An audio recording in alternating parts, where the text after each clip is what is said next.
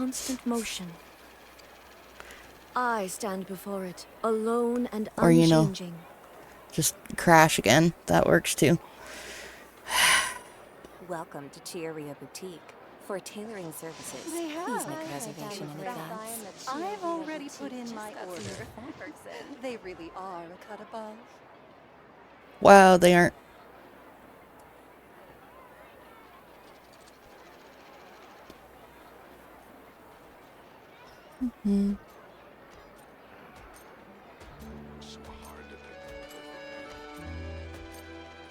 Okay. Welcome to Chiaria Boutique. The world For remains tailoring constant services, over the please make a centuries. reservation in advance. But human life is like the dew at dawn, or a bubble rising through I've water. already put in my order. Transitory.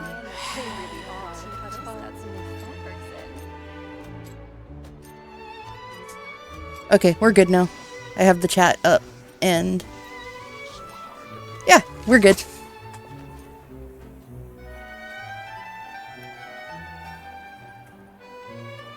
Welcome to Chiaria Boutique. For tailoring services, please make a reservation in advance.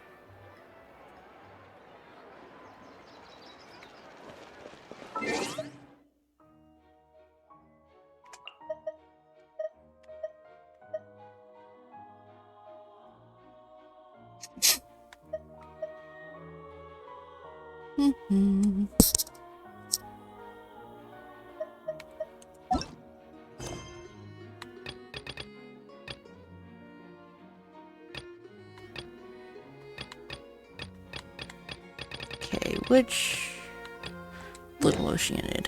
Oceanid.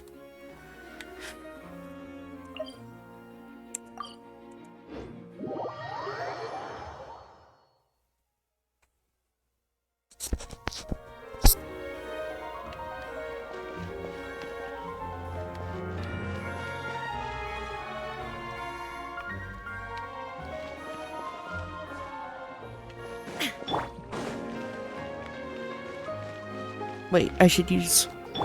yeah.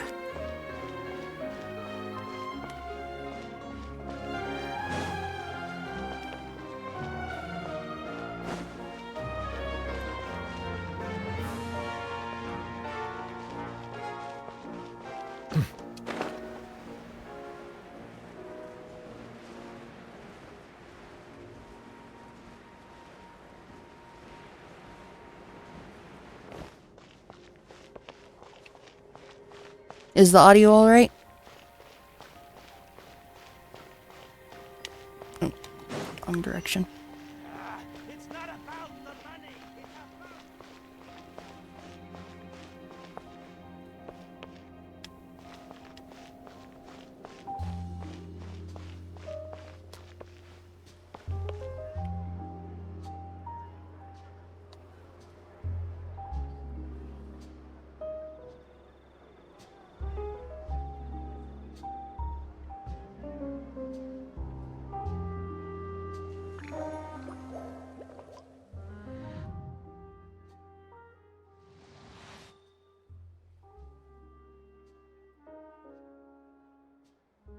Forgot I needed to change some of the settings again.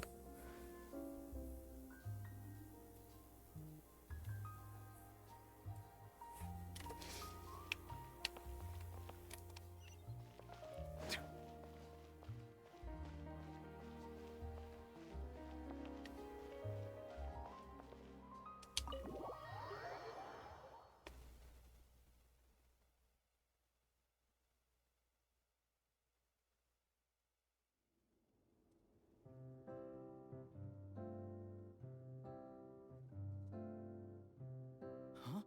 Lady Furina? What's Lady Furina doing here? Hello all. Allow me to explain. As of today, Lady... Miss Furina will be supporting our production of The Little Oceanid in the role of artistic consultant. These two over here are the ones that made it possible. They kindly reached out to Miss Furina on our behalf. I'm sure they need no introduction.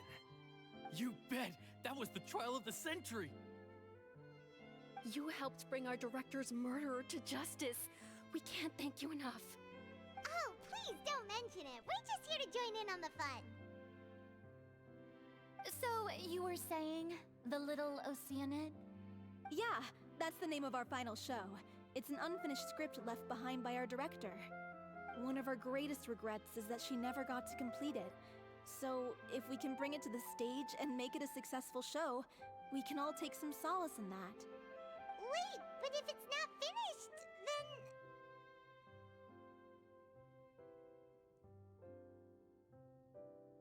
Yeah, we've been battling issues on every front, trying to realize this dream. Anyway, let me give you a quick summary of what the story's all about.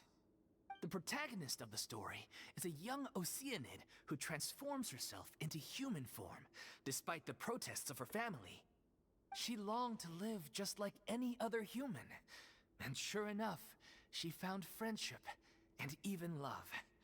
Everything seemed perfect. But one day, her true identity was exposed, and her world came crashing down around her. So far, so good. A classic tale. What happened after that? That's one of the issues we've been trying to deal with. Unfortunately, this was as far as the director got with her script. We need a proper ending so we can bring this musical to the stage. But people have different opinions on which direction to take it in. We still haven't decided between a happy ending or a true-to-life tragedy.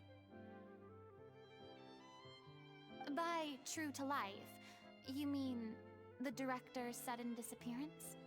Yeah, like they say, truth is stranger than fiction. But then there's the question of whether we really want to use the stage to pass our raw pain onto the audience. Exactly. A lot of the time, people come to watch a show just hoping for some light entertainment. We have to consider their emotional stake in this, not just our own.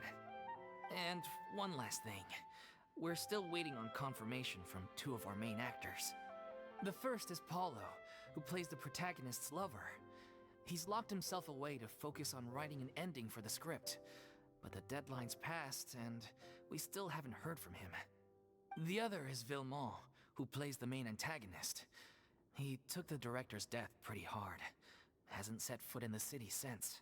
Understandable. He did write to us, promising that he'll be there for the final performance, but we haven't seen or heard from him since. So we're not really sure what to make of that. Huh. Although, now that we have Miss Furina helping us, maybe we should take the opportunity to get everyone back together. What opportunity? What do you mean? Maybe you're unaware, but your name has always been like a rallying cry for us. Our director was constantly singing your praises. All of us look up to you as a role model. Oh, stop! You're making me all flustered. Although, not in a bad way. Why is she so cute? The reason they're dragging their feet is that they have their doubts about whether the show will really go ahead, considering all the issues you've been facing. But one by one, all the obstacles are being removed. Now is the time to rally the troops. Makes sense. Okay, priority number 1, let's check in with Paulo and see where he's at with the ending. He went back to Poisson a few days ago, said that staying in a friend's home might help him to relax and escape the feeling of isolation. I thought the last thing his friend would want right now would be to take visitors, given that Poisson was flooded not too long ago. But I guess it's the opposite. A friend in need and all that. Yeah, maybe he could use some company.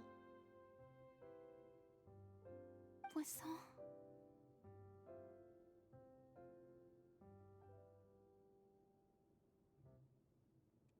Nothing. I suppose my presence will be indispensable if we are to restore his faith in the show. So, allons-y. To Poisson! 2 fish.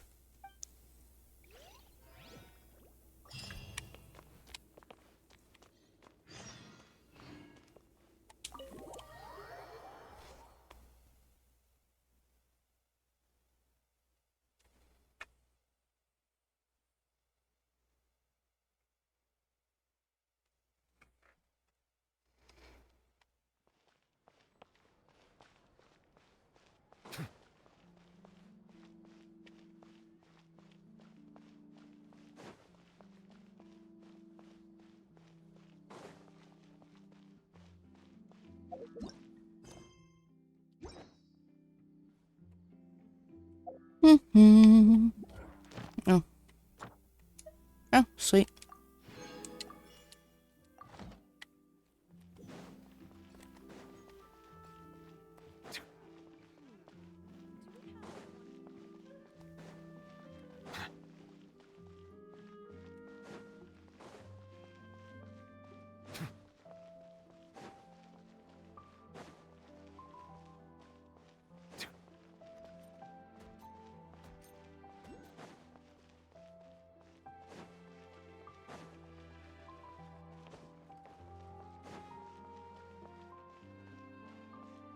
Ad Astra Abyssosk.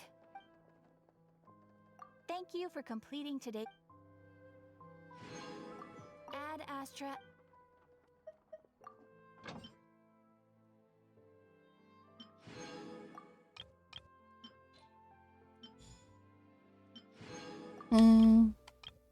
Yeah, I'll send him. No.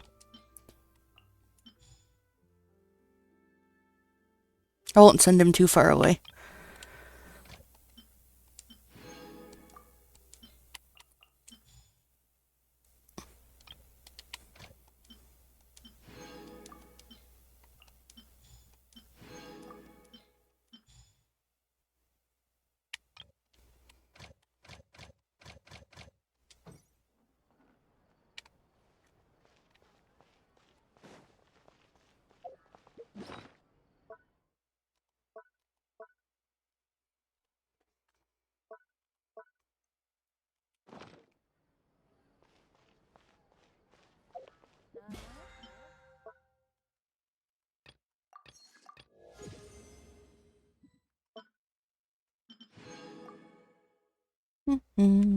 Exactly. But none of them believed me.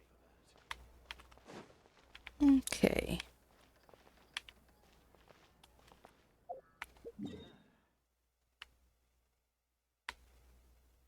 Go to fish.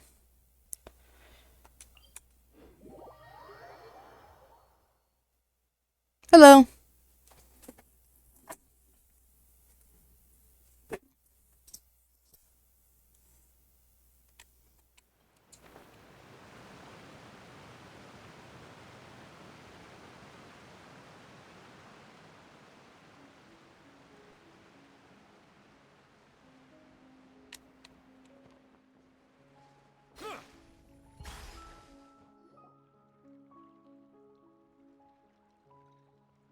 If I remember correctly, this is where he's staying.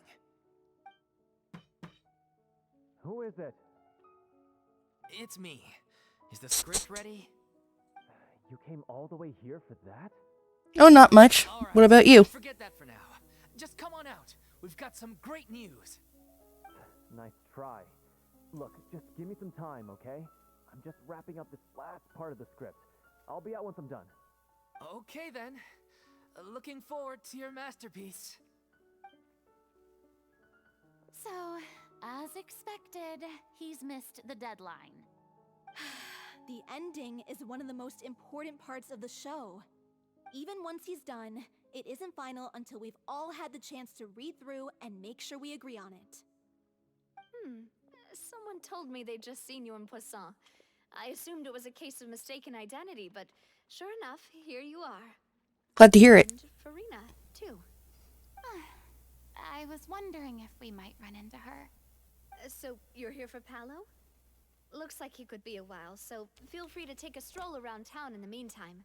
I've made all the arrangements already. Oh, it's okay. We can just wait here. Thank you for being so considerate, Miss Navia. That sounds wonderful. We'll take that. Yeah. Well, this is actually the second stream now. Figured this was a good time slot that In Poisson now. Any better? fewer people tend to stream at. Some people may never recover from the trauma they experienced. I'm sorry to hear that. I wish there was something I could do. Please, must our conversations take such a depressing turn every time we meet? We all have painful memories, but we don't have to let them cloud everything we do. And Yeah. if you're trying to make a new start, perhaps perhaps it's best if you don't bring up the past all the time. Thank you for your words of comfort. You make a very good point. But for now, at least, I think I should stay with the way I'm feeling for a while longer. It's okay. These things take time. Moving on from a painful experience is easier said than done. Which brings me to why I'm here. I thought you should probably know that not everyone here is ready to forgive and forget after the Hydro Archon's inaction in the face of catastrophe. To avoid upsetting the peace, I told the townspeople that everyone here is a member of the theater troupe, and that you are just an actress playing the role of Furina. It's not a perfect solution, but hopefully it means you won't have to lie low while you're here. Actually, one of my friends inspired Well, and what do you expect? convinced me that it would be a good Considerate president of good way to, like my father before me. Anyway, that was all. I guess, just spend time. After her now.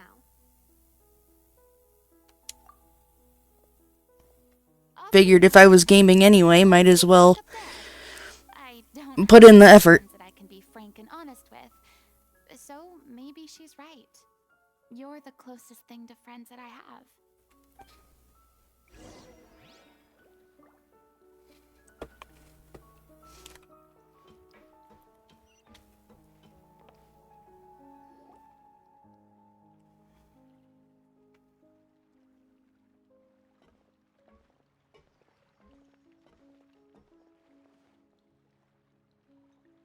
I'm so grateful that Miss Nafia was so understanding. To be perfectly honest, I didn't know if I was ready to meet her. It's always easiest to just run away from your problems.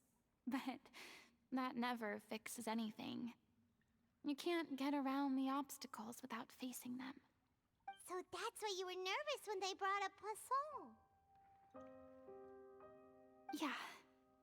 I'd be lying if I said I wasn't scared of coming back here. Still, I felt it was something I had to do.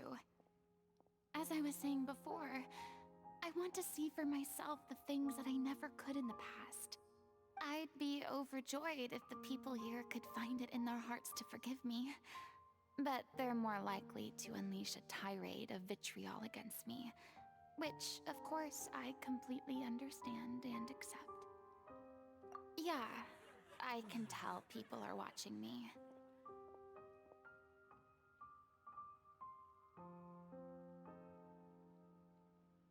I'm sure some people here see the idea of someone coming to Poisson dressed as the Hydro Archon as extremely disrespectful. I used to be terrified of the gaze of other people, especially when they had suspicion or resentment in their eyes. I guess I wasn't quite ready for this after all. I'm not surprised you're making yourself go through all of this. I can't let myself see only the things I want to see. How would that make me any different from before? Look! There seems to be a crowd gathering over there. Oh no. Probably time we made a move. How about we check out Pngtuber's ship? Oh, welcome. Have a view of the whole of Poisson from there. Thanks for the raid.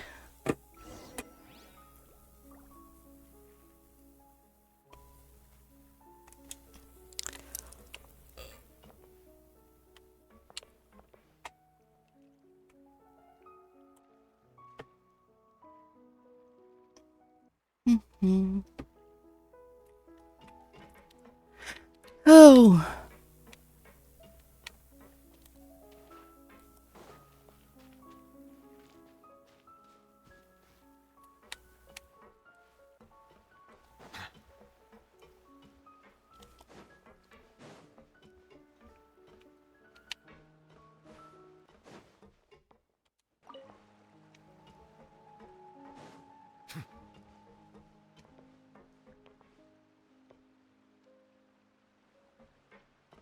Hello. Welcome in.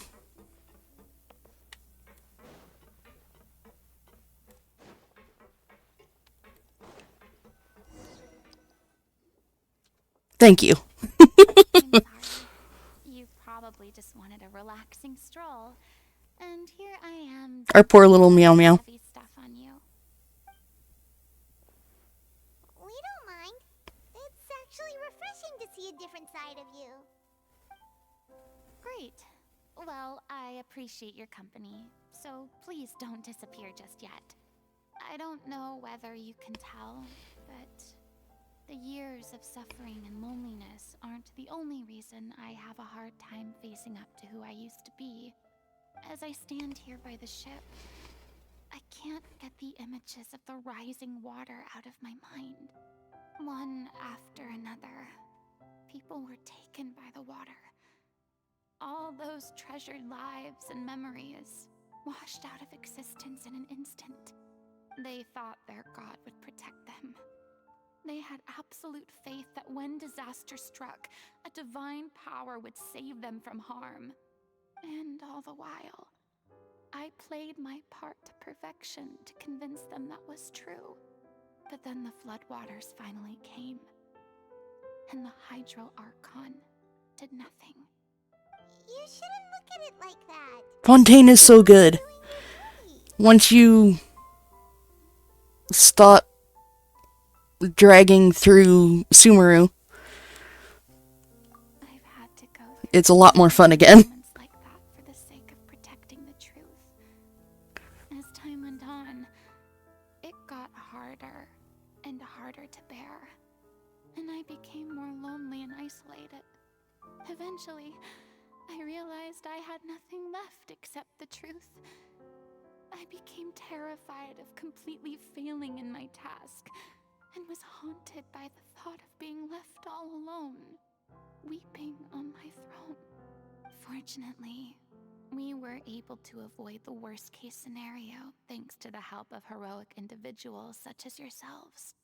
Everyone rose to their responsibilities, and I finally regained my freedom. But on some level, freedom also means no longer being needed. I have no Inazuma's fun. people. Sumeru is really slow and way too big, but Reward? it's kind of refreshing to get the Fontaine after. I guess so. And back then, I didn't even dare to dream about having someone to confide in. I was scared of someone recognizing me for who I truly was, and exposing a secret I swore to protect. Yeah. Even the Furina you see on stage, she is the one you can trust. I had to keep all my feelings, all my curiosity about life to myself. No one could be allowed to. Well, that's good. That's what I really meant when I said I'm no good at maintaining relationships. I don't remember where I'm at. That's where you were coming from. Paimon totally thought you were just a bit of a diva at heart. Could you please get off my case? I don't know what's gotten into you today. I'm making an effort here.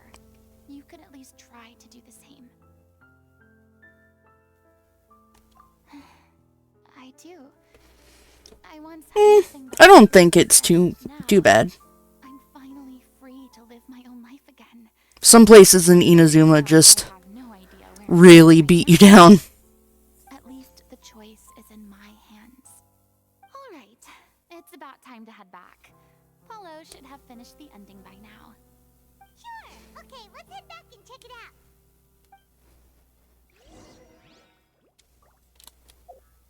Where is it?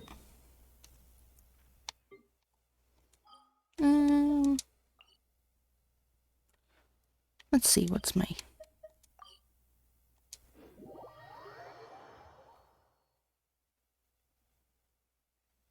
I'm curious on what my tree is now.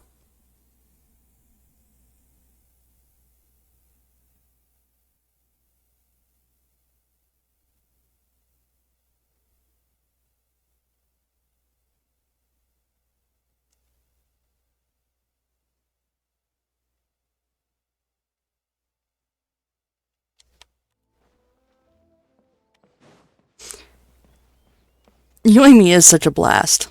Like, Pun aside. Well, I appreciate it. Yeah, I'm 49 on the Sacred Sakura.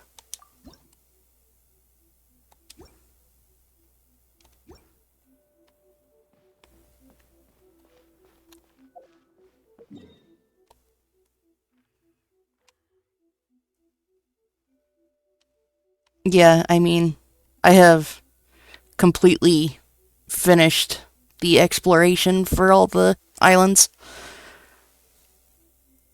That took way too long.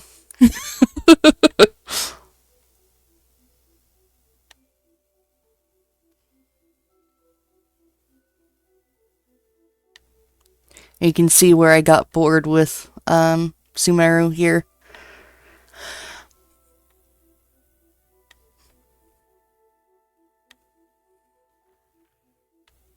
And I'm getting up there in Fontaine.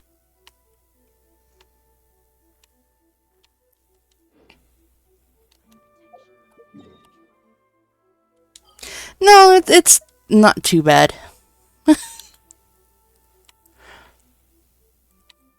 I get really distracted really easily, and so I'll just be like, ooh, shiny. Run away in that direction.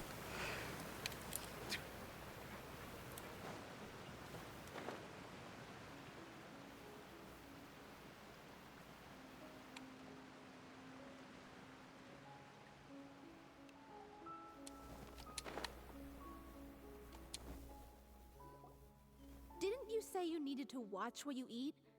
You're supposed to be cutting down on fried foods, not wolfing down copious quantities of fish and chips, you know?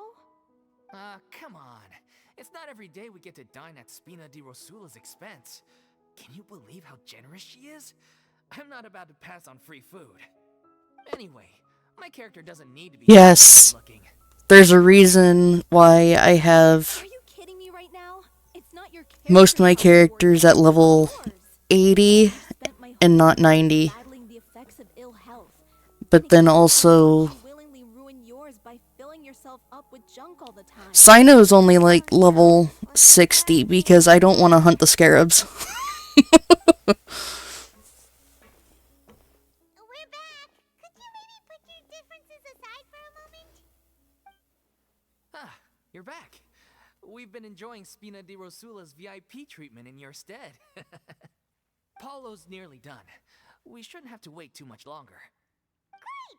So you were discussing your characters, right? We heard she's playing the Oceanid who turns into a human girl. What about you? A tree. I'm an Oceanid too. He was originally supposed to take the form of a crane, but he outgrew that role. Well, the costume at least. See you. Now he's playing the Thanks for popping in. Sorry. The boar's not a bad character, actually. Thank you. The one who raises the little Oceanid, yes? That's right. He has some pretty memorable lines too. Like when he imparts some solemn words of wisdom to the little Oceanid. If you become human, you can reveal your secret to no one. You will face suffering and loneliness. Is this truly what you want? Wait, that sounds kind of familiar. It's the most important line in the whole script. I think it's a symbolic statement about our director's life and legacy. She kept quiet about all the trials and tribulations she faced in running our troupe, allowing us to devote ourselves fully to performing. It was Okay, I won't. after she I won't was share. gone that we realized how tough her job really was. You mentioned earlier that the troupe is like your home. Yeah. I was born with an incurable illness, and once my family found out it couldn't be treated, they decided they didn't want me anymore. I spent some years taking whatever work I could find and trying to manage my illness with various medicines. But whenever I had a bad flare-up, I'd be lying in an alleyway for days at a time. It was like that until the director found me one day. She told me I had a great voice, and asked if I was interested in studying singing from her. I said yes. She took me under her wing, taught me to both sing and act, helped me find Mora for my meds, took care of me when my condition decided to flare up. I know it was all a huge burden on her. She sounds like a really incredible person. She really was. She gave everything she had to her troupe and the people in it. All of us were so proud to call her our director. I was a lost child too when she found me. As the child of a murderer, my parents weren't around when I was little, so I got sent to an orphanage. The other kids were always picking fights with me. They'd say things like, "Come on, you must be pretty tough if you're the son of a murderer." It was just to taunt me, though. I was an easy target, and they knew it. One day, I got beaten up so bad that I just couldn't take it anymore, so I ran away. I lost all faith in humanity by that point. Thought the whole world was out to get me. Let me guess. Fortunately, the next person you ran into was the director. Yeah. For the first time in my life, I was somewhere I felt safe. And I promised myself I'd stay here until the day the group parted ways. The day you hoped would never come. How times change. Oh, you're finally done? Get your butt over here. There's someone I need to introduce you to. This is our new artistic consultant, Miss Furina. Furina? The Furina? Oh my god, how did you manage to wrangle that? Please, the honor is all mine. I was profoundly moved to hear about your troupe and your wonderful director. I just wanted to do something to help. Same here. Even so, this is just... Oh, wow. I'm sorry. I'll try to calm down. Now, where was I? Ah, yes, the script, of course. Let me give you a rundown of how the story unfolds in my version of the script. I'm sure you're already familiar with the beginning of the story. A little Oceanid decides she wants to become a human, against the wishes of her family. She finds love and friendship in the bustling city. But then, disaster strikes. The people start to notice that all the fresh water in the surrounding area is slowly disappearing. The soil is becoming arid, plants and flowers are withering, and the people begin to panic. The little Oceanid, Cleo, and her lover decide to do something about it, and investigate the truth of the matter together. In the end, they discover that all the waste and pollution created by humans over the years has caused the fresh water to flee the land, as if driven by a consciousness of its own. Consciousness? You mean the water is sentient? Water as a conscious entity. There's actually quite a few stories that explore this theme. Since the little Oceanid is a water spirit, she immediately understands how the water is feeling. She then tells her lover about her true identity, as well as the truth behind the crisis. Her lover accepts her for who she is, and works with her to find a way to bring the water back. However, unbeknownst to them, there were some people eavesdropping when she revealed her secret. The little Oceanid is accused of being directly responsible for driving the water away, and faces the greatest dilemma of her life. And then?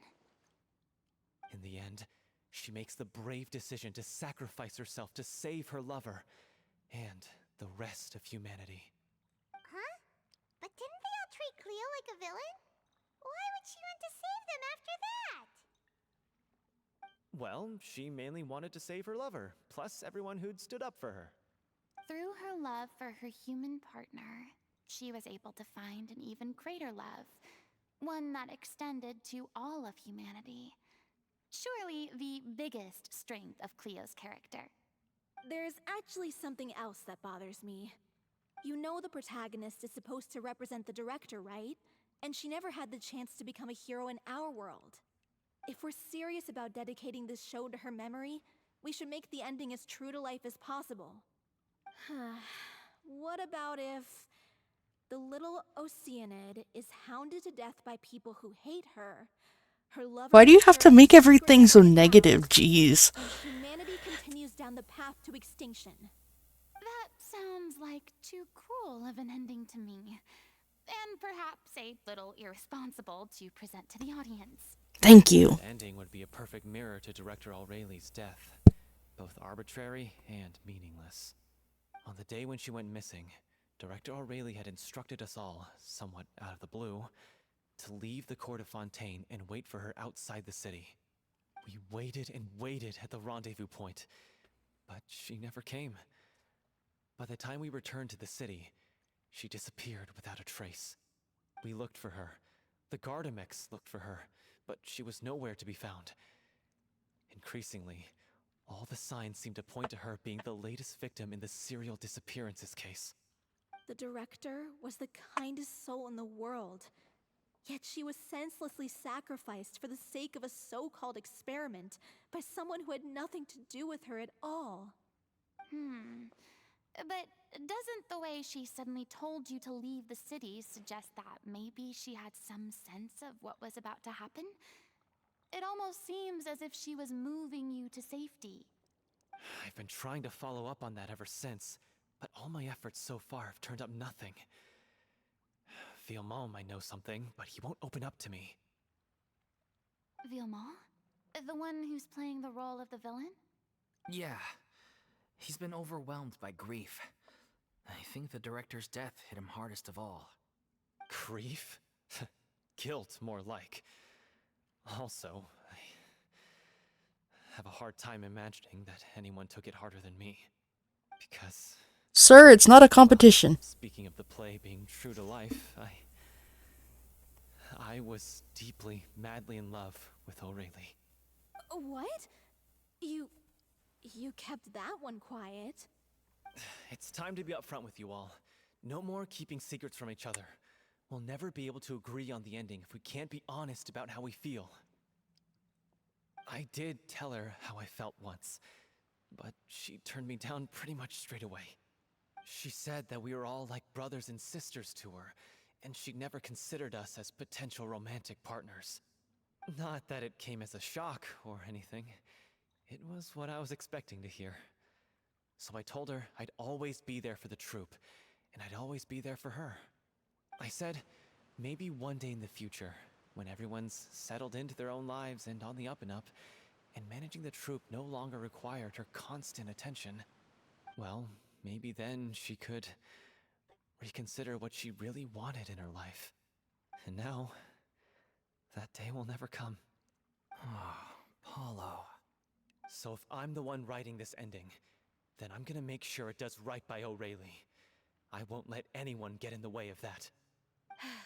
In that case, you have to straighten things out with Villemont once and for all, face to face. We've all had our differences of opinion over the ending, but those two have never seen eye to eye on anything. One of them has to compromise if we're ever going to reach a final decision. Well, if that's where we're at, looks like it's time to go visit Villemont. Are you ready to face the truth? Honestly, I'm slightly terrified. But for the sake of our final performance, I'll do whatever it takes. Funny you should ask, though. You really do get what I'm going through right now. I certainly do. Come on, everyone. Allons-y!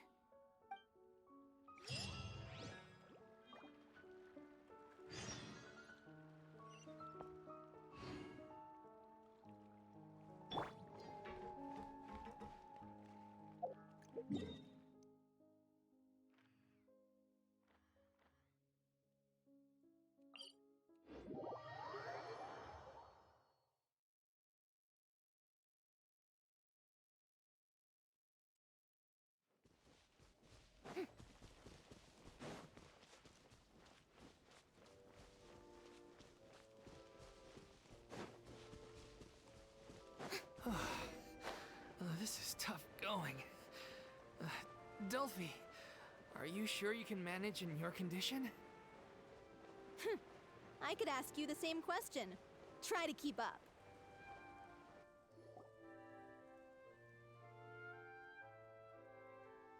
Ugh, as if this journey wasn't tough enough already without a roadblock. Don't worry. We should all be fine with the traveler here. We don't need to take a detour. Wait, why are you all looking at me? You're not seriously expecting me to fight, are you? We're just curious, that's all. I don't think anyone's ever seen Furina in a fight before. Yeah, but don't you remember why? The Hydro Archon willingly gave up all her power so it could be converted into indemnitium. Miss Furina said so herself. Precisely. And I'm not even the Hydro Archon anymore, so all my power is gone anyway. As much as it pains me, unfortunately, I should just stay put. I'm more like a... Oh, Furina. in distress more than anything. That sounded so smug. Ugh, secondhand embarrassment is unbearable. C'est la vie, indeed. Alas, I am forced to watch on helplessly as a more brave and seasoned adventurer than I swoops in to save the day. Aw, too bad. I was so pumped to feast my eyes on fight mode Furina. Sorry to leave all the heavy lifting to you. Don't worry, piece of cake. No, she's fighting anyway, so even if it doesn't make a difference.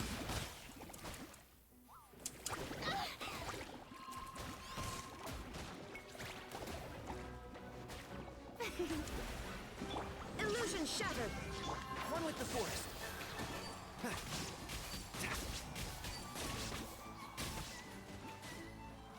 I'll uproot you. Keep up.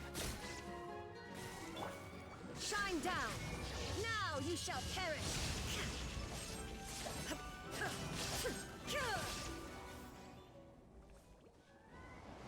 Illusion shattered.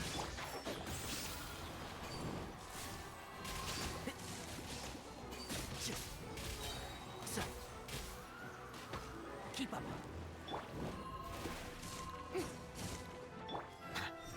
Settle down. An oversight on my part. There is no absurd. I hear everything.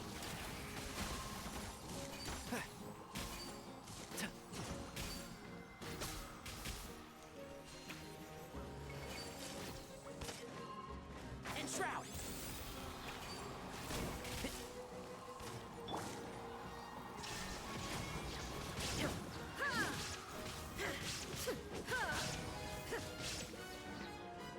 Where did you come from? How brilliant!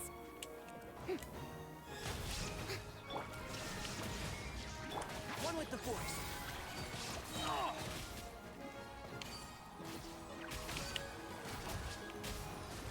Bravo! Good show! You certainly live up to your reputation. Yeah, thank you. Anyway, the path is cleared now, so onwards and upwards.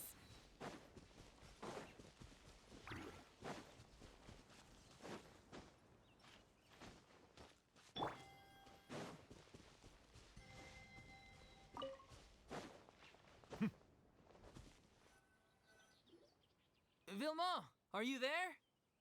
Huh? Oh, it's you guys. Wait, what's Lady Furina doing here? I can explain. We've been rounding up the whole troop. We now have everyone except you.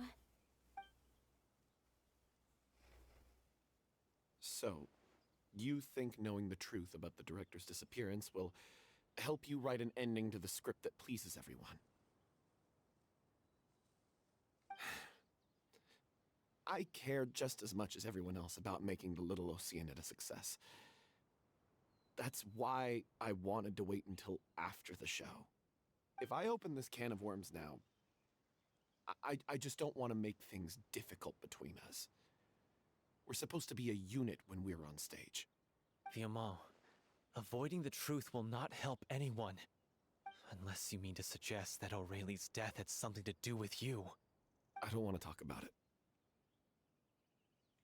Yeah, I figured that My love for Aurelie was a point of that would be the safe way to never brought it up to play gacha games. But now, I've made up my mind to put it all on the table. I'm prepared to face everything, to sacrifice everything for the sake of the show. The little Oceanid cannot be complete unless we do justice to Aurelie on an emotional level. This is why people think of you as not being the smart one. As you all know already, the troupe was kept afloat not from ticket sales, but donations from the audience. Of course, that was nowhere near enough.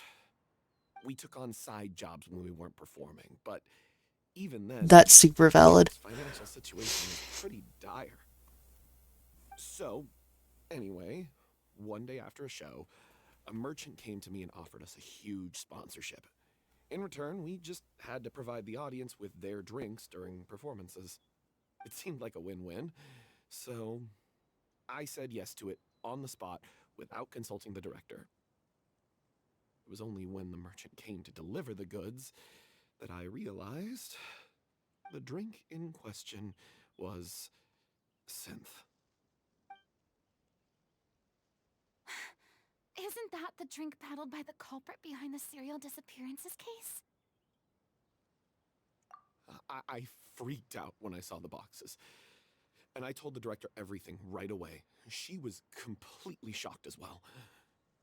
But she didn't reprimand me for making the decision without consulting her. Instead, she contacted the merchant and stated that the troupe could not agree to this collaboration. The merchant was furious, berated us for going back on our word, and threatened to sue us for damages.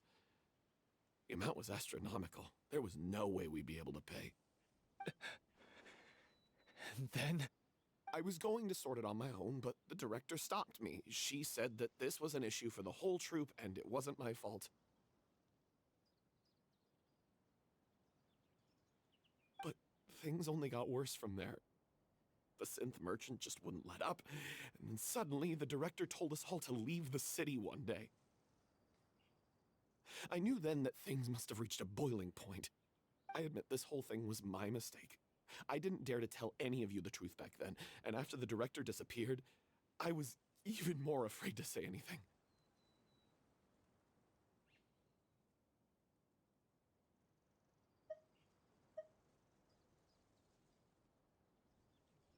Yeah, I got Aurelie killed. There, I said it. Happy now? Hey, don't say that. You traitor! You knew Aurelie was in danger. Why in God's name didn't you tell us? What do you mean, you were afraid? This was a life and death situation. We could have saved her! How could you be so stupid? Please, try not to get too worked up. Yeah, listen to him. You need to stay calm. Stay calm? How can I stay calm? This guy got Aurelie murdered. She was the love of my life. And he has the gall to try and high-road us, claiming that he kept his mouth shut for the sake of the show. How about taking some responsibility for what he's done? All I can say is I'm sorry. Truly. I wanted to apologize to everyone in the troupe, but that won't bring back the director. What good is my apology now? I'm just a coward who made an awful, terrible mistake that I can never take back. Beat me up if you want. Kill me if you prefer. It's what I deserve. End my life. So I can meet the director and apologize to her in person. Get out of my sight! Go! Get lost! I don't ever want to see your face again! That's enough! You've screamed and shouted at each other for long enough. Now pipe down, both of you! Can you stop conflating the show on stage with your real-life relationships in the troupe? You keep saying that you want to use this final performance to pay tribute to your director and celebrate her life. How can you do that if you're just using it as an excuse to vent your own emotions? You're right. I'm sorry. On stage, the lead role is the focal point of the audience's attention. And you're all used to seeing the director as the heart of the troupe. But in her own life, her greatest desire wasn't to be the center of attention. I can tell how much she loved you all, and how much she loved the troop. What she wanted was to build a warm home for all of her brothers and sisters. To shield you all from the storms that rage in the world outside. That's how you should remember her. And that's what you should be celebrating. I understand why you're trying to make her the hero of the story, but isn't she your hero already? After everything she did for you? Yeah. So think hard about what that means. And then think again about what you hope to achieve by arguing with each other. If you really hate each other and can't reconcile your differences, then you could just call it quits now. Why bother with the final performance if the group is already fractured? But you can't bring yourself to do that, can you? You care too much about Director O'Reilly and the home she built you all to let go. What are you laughing at? I don't see what's so funny. Sorry, I didn't mean it that way. It's just that, for a moment there, it felt like our director was back with us again. If she'd seen Paulo and Vilmont at each other's throats like that, she would have scolded them exactly like you did, in that same stern voice. Really? But she sounded like such a gentle person. Of course she was. Even her harshest lectures came from a place of kindness, and it showed. She really was a truly outstanding person. What you said, it really puts everything into perspective. I'm truly sorry. I really meant for this to be a genuine apology, but I ended up making it all about me and my self-pity. It's all right. Let's save all this for after the performance. So, the ending. What are we gonna do about it? Clearly, everyone needs to take a step back for now and reflect on what really matters. When emotions are running high, things get lost in the fray. The end of the story needs to focus back on O'Reilly herself. She's the true star of the show. What do you mean?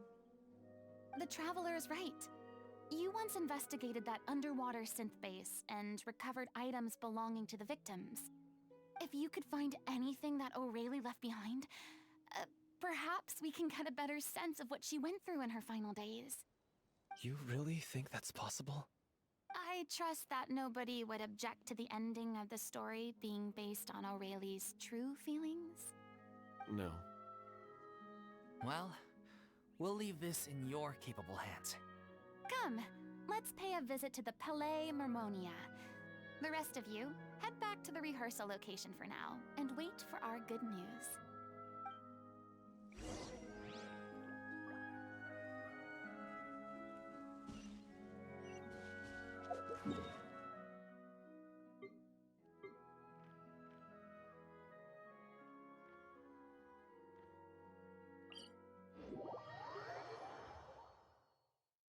I'm not running.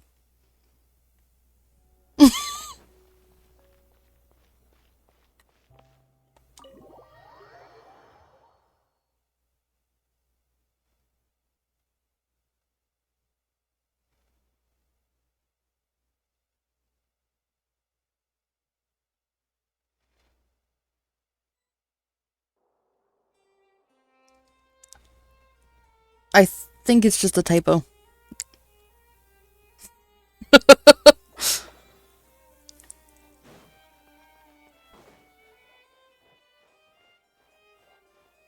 Well, I mean, not necessarily. Sometimes it does that. Oh, okay. You want to review some recovered items connected to victims of the serial disappearances case? But, Fair enough. That case has been closed for quite a while now. Still, since you were the ones who discovered and submitted the evidence in the first place, you don't actually have to submit an application. Okay, please hold on. I'll have someone dig them out.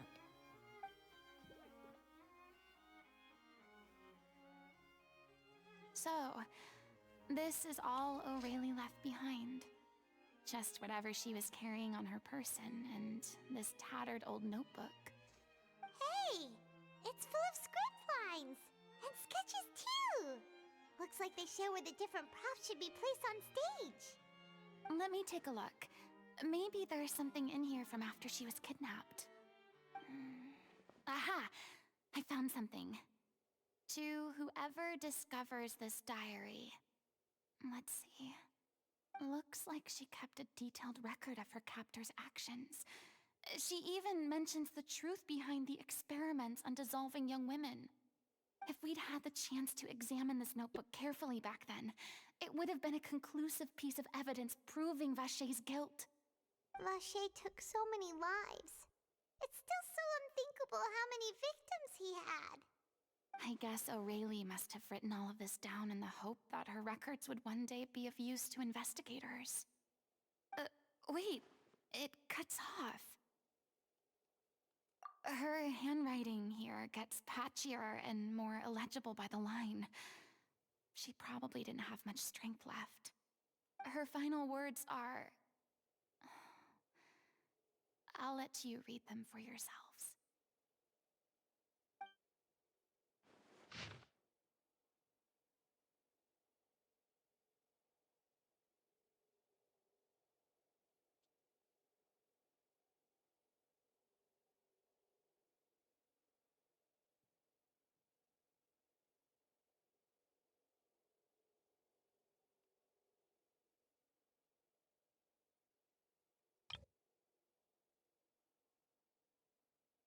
I should probably read them out. Someone else was taken, that makes 6, or perhaps the 7th. Someone tried to escape yesterday but was caught. She hasn't been seen since. What was yesterday? Was that yesterday? Maybe not. I've long since lost track of time. Sorry, I don't know if writing this is of any use or how much longer I can do it for. I can already see my fate approaching, but what terrifies me even more is the thought of seeing others from the troop here. Have I truly protected them? Sorry, I'm so sorry, I can write no more. I think I have a fever and my old stomach troubles have returned. But nobody has given me any medicine. I suppose I am more fortunate than Creasy?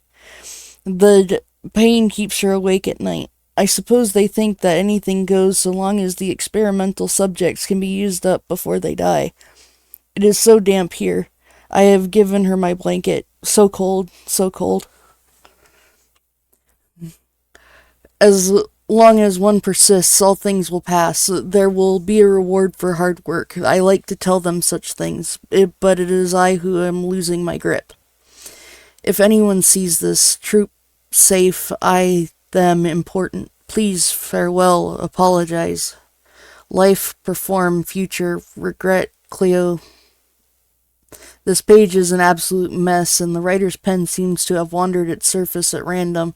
Only some words can be made out, and barely at that. From this page onward, the diary stops, to be replaced with lyrics from musicals. Some are in the form of newspaper clippings, others are handwritten with many crossings out and changes. It is apparent that the pages have been referenced often, and this was the personal notebook of our artistic director Aurelie. She was so terrified.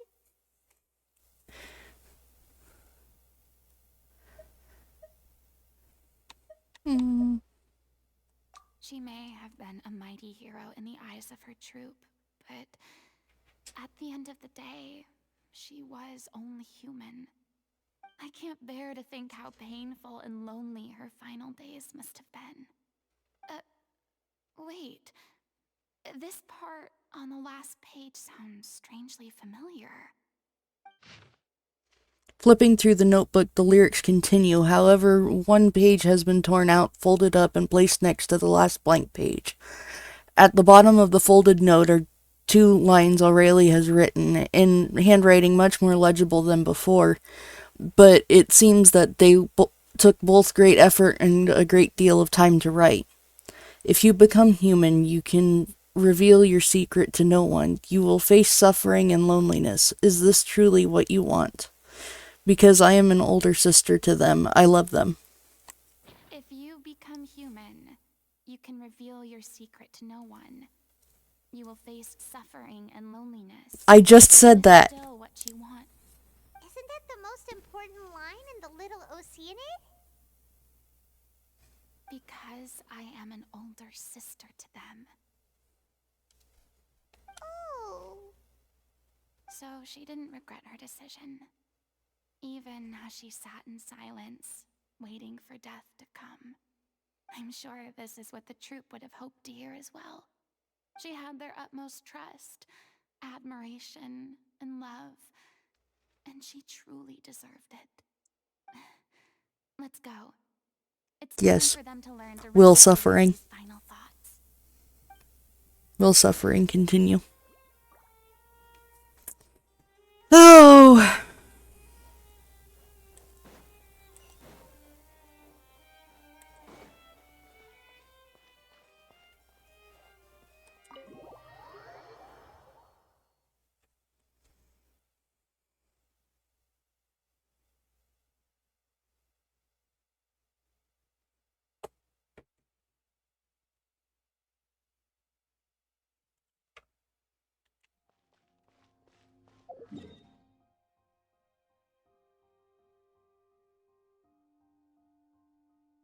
Good night. Have good sleeps.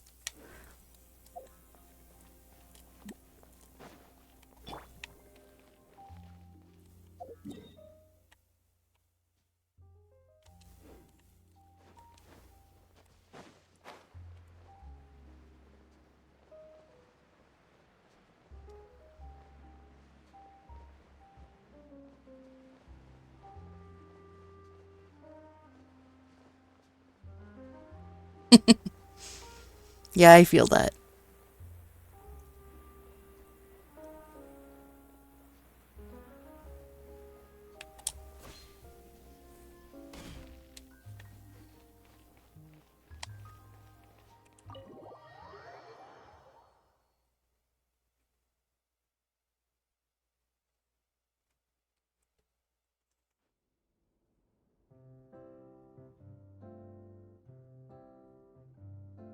After reading through the notebook, some are lost for words, some weep bitterly, and some grind their teeth and howl with rage. A long time passes before the group is able to calmly come together and finally make a decision. She deserves a hero's farewell. If that's the only way to convey to the audience the courage and selflessness that she showed in the face of death, then it's a meaningful way to end the story. Even in the last moments of her life, she was still leaving a trail for others to follow.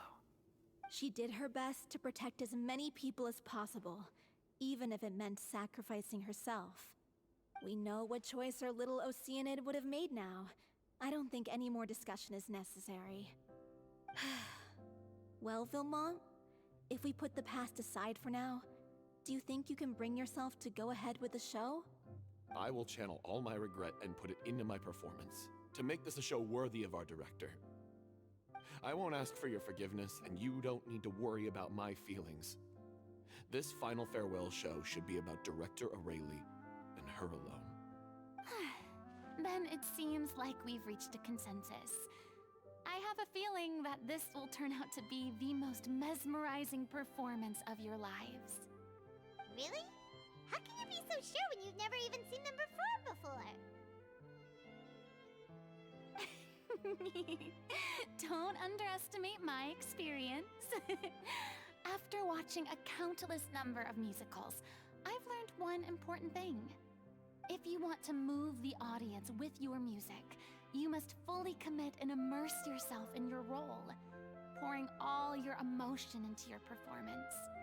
And aren't human emotions love, hate, regret, and hope just the most mesmerizing things in this world?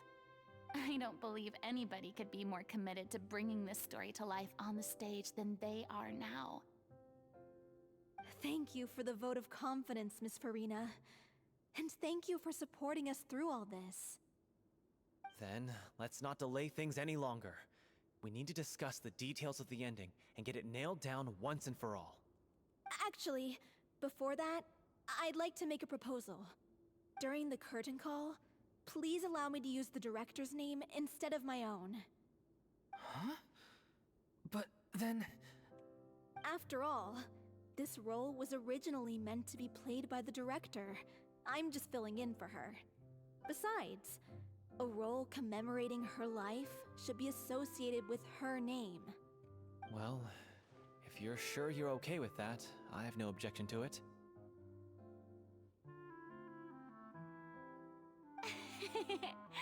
Now we're talking like a serious acting troupe.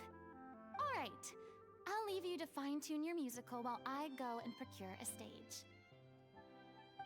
Procure a stage? Oh, it's okay. Our usual place doesn't need a reservation.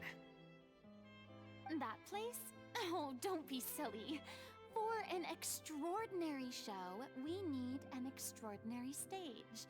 By which I, of course, mean the Opera Epiclese. Whoa, wait, what? No. That's never going to work. It's far too fancy for the likes of us. What are you afraid of? Surely you don't think that Aurelie's story is unworthy of the grandest stage in Fontaine? No, that's not what I meant. It is supposed to be your grand finale, right? I have no problem with it then. How about the rest of you?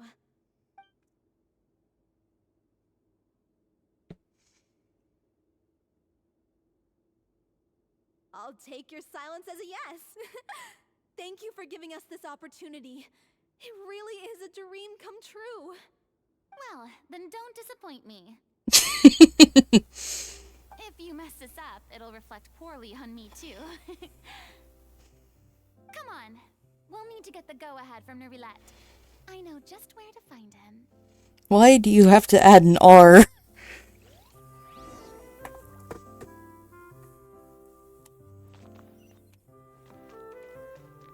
But wait, he's right here.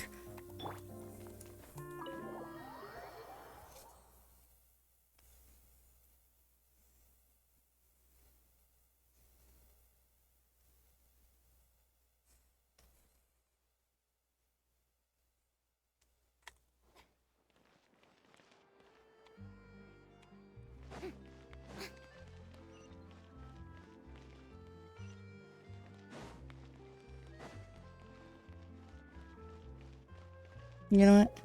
This place is a maze.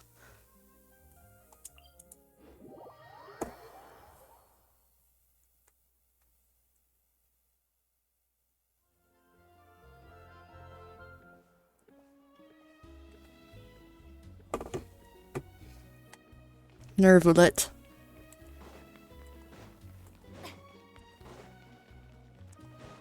Hey, look at that.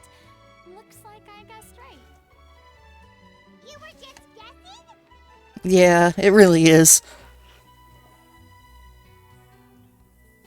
I knew you'd be here. I'm here merely for a short break. It has been a while, Miss Furina. And you too, traveler in Paimon. What might I assist you with today? I would like to book the Opera Epiclese for an event. You see... I understand. The process for booking the Opera Epiclese is complex and can be somewhat cumbersome. But given that the request is coming from the three of you, I see no reason to make things unduly difficult. The story of the little Oceanid is most fascinating. I'm looking forward to seeing it performed on stage. I will say, however, that I am surprised to see your passion for the performing arts rekindled after all that has happened. Huh? What do you mean? Do I look excited? Yes, and this is the first time that I've seen you like this since your departure from deityhood. At first, I just felt bad about rejecting them, so I wanted to learn a little bit more about their situation. But one thing led to another, and... well, here we are. In the past, we sat in our high chairs in the court, giving our opinions on isolated cases, all while knowing very little about the human stories behind each and every one. Maybe it's because I finally become an ordinary person and gained my freedom, but I've developed a great sense of curiosity about their lives. I am truly delighted to see you find a new lease on life. Now that you've regained some confidence, have you had any thoughts regarding a return to the stage? Why would you suddenly ask a question like that? Well, if the Little Oceanid turns out to be a great success, it will no doubt become a classic. Many theater companies are certain to add it to their repertoire. The experiences and decisions of the protagonist Cleo are all modeled after your own. Naturally, this makes you eminently suited to playing the leading role. It would truly be a shame if you did not take this opportunity to allow audiences to enjoy your outstanding acting talents once more. Haven't I already made myself clear? I won't act or perform in any role ever again. No exceptions. Nor do I think it is any great shame. There is no lack of fine actors or inspirational stories, either on or off the stage. This experience is a case in point. I feel like I've learned a lot, and it has already been well worth the price of admission. I must admit, though, I'm a little envious. They're quite fortunate to be able to bid farewell to their past in such a magnificent manner. I see. Well, I'm glad to learn that you have found a role to play that you enjoy, be it on the stage or not. I sincerely hope the show will serve as the grandest of finales. I will have my staff book the date and mail the relevant paperwork to the troupe once the details are confirmed. Thanks, Nervalette. You are very welcome. I always feel like he has kind eyes. Oops. I guess we've got the family.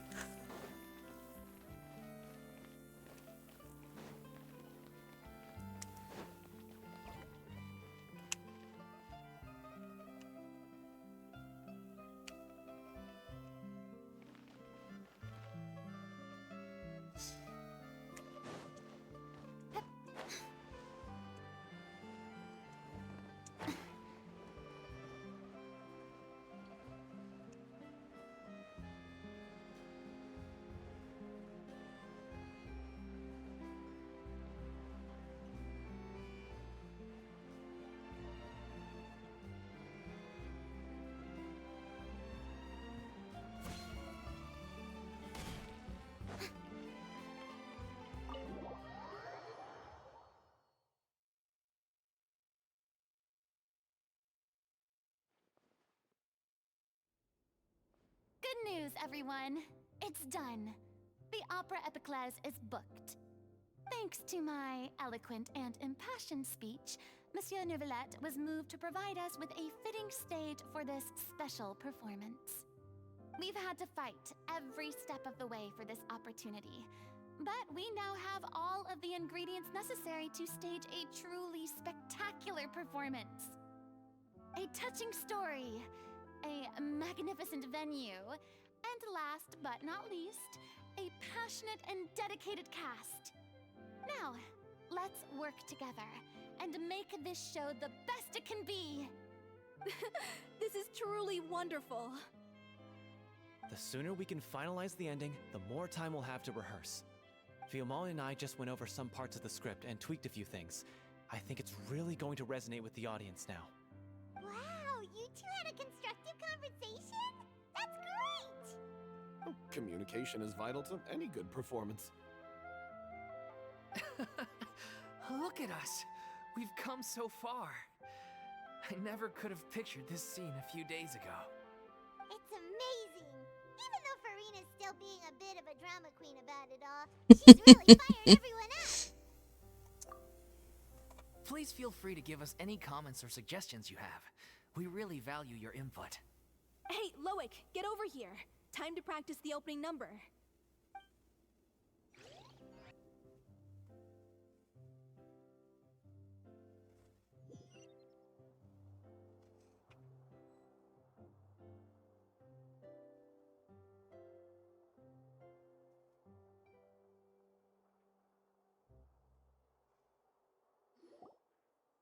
Cursed Cleo. She stole the waters of life from us. She's a fraud, and she must pay for her crimes. This has nothing to do with her. The ignorance and hatred of our people is to blame. How can we hope to win back the water's favor if we don't change our ways? This guy could be useful. Take him hostage! If Cleo wants him back, she'll have to show herself. Leave this place, oh little Oceanid, and never, ever look back!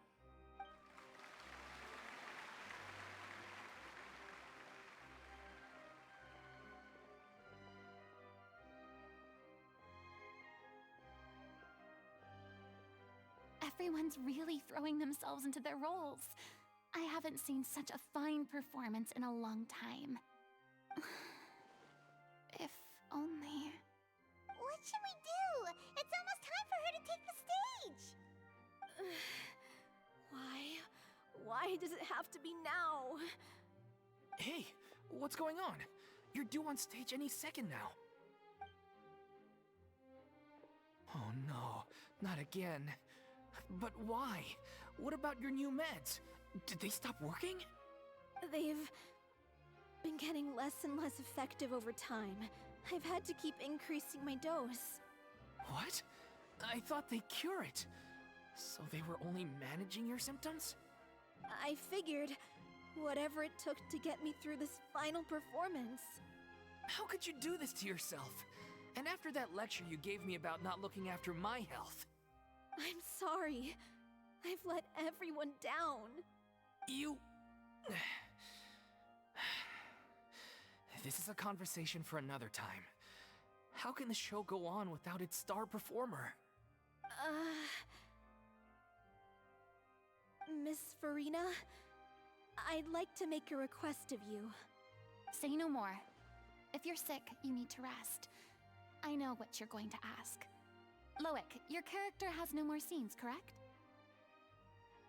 Oh, yeah. I think my scenes are all done. Although, I do have one more line. But I guess another guy in the troupe with a similar voice register could take it. Why? Please take Delphi back to her place to rest. I'll sing the finale. From the sublime to the ridiculous. After all that, everything's come full circle. Thank you, Miss Furina. I'm so sorry to put you in this position after everything you said. Never mind. What's done is done. It's really my own fault for getting in too deep. No one likes regrets, myself included. Leave it to me. I've watched you rehearse so many times that I've learned Cleo's part by heart. I do not doubt your acting skills, but please allow me to ask just one more question. After all, this show is dedicated to the life and legacy of our director. What, in your opinion, is the reason Cleo shines so brightly? It's her pure heart. Despite all the pain and loneliness she had to endure, she never once stopped believing in the beauty in this world. Well said. I leave Director O'Reilly in your hands.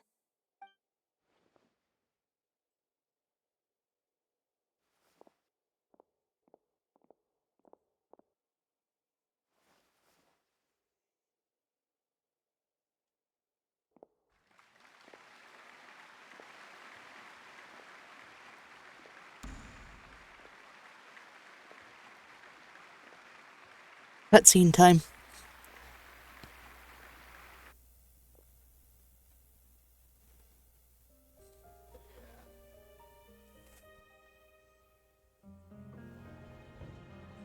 she here yet? Will she get here? She's not coming! You're wrong. She's here.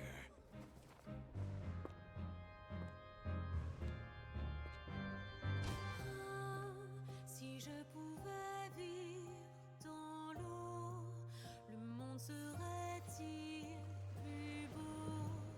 Me pardonneras-tu, ô chère mère? L'eau dans son courant fait danser nos vies et la cité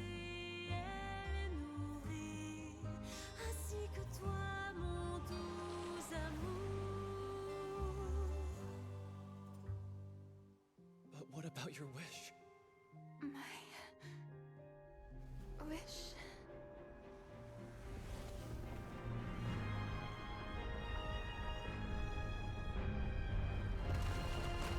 If you become human, you can reveal your secret to no one.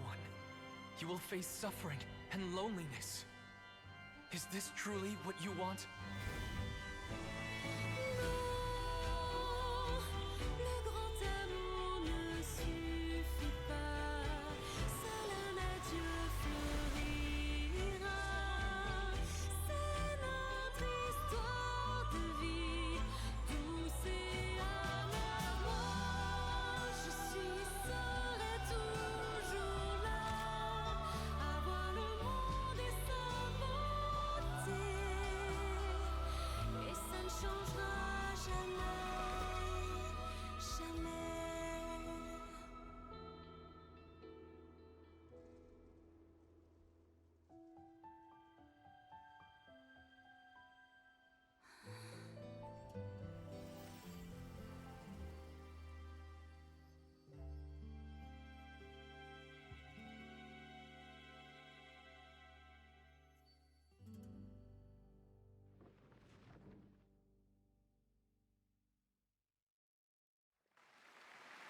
Ow.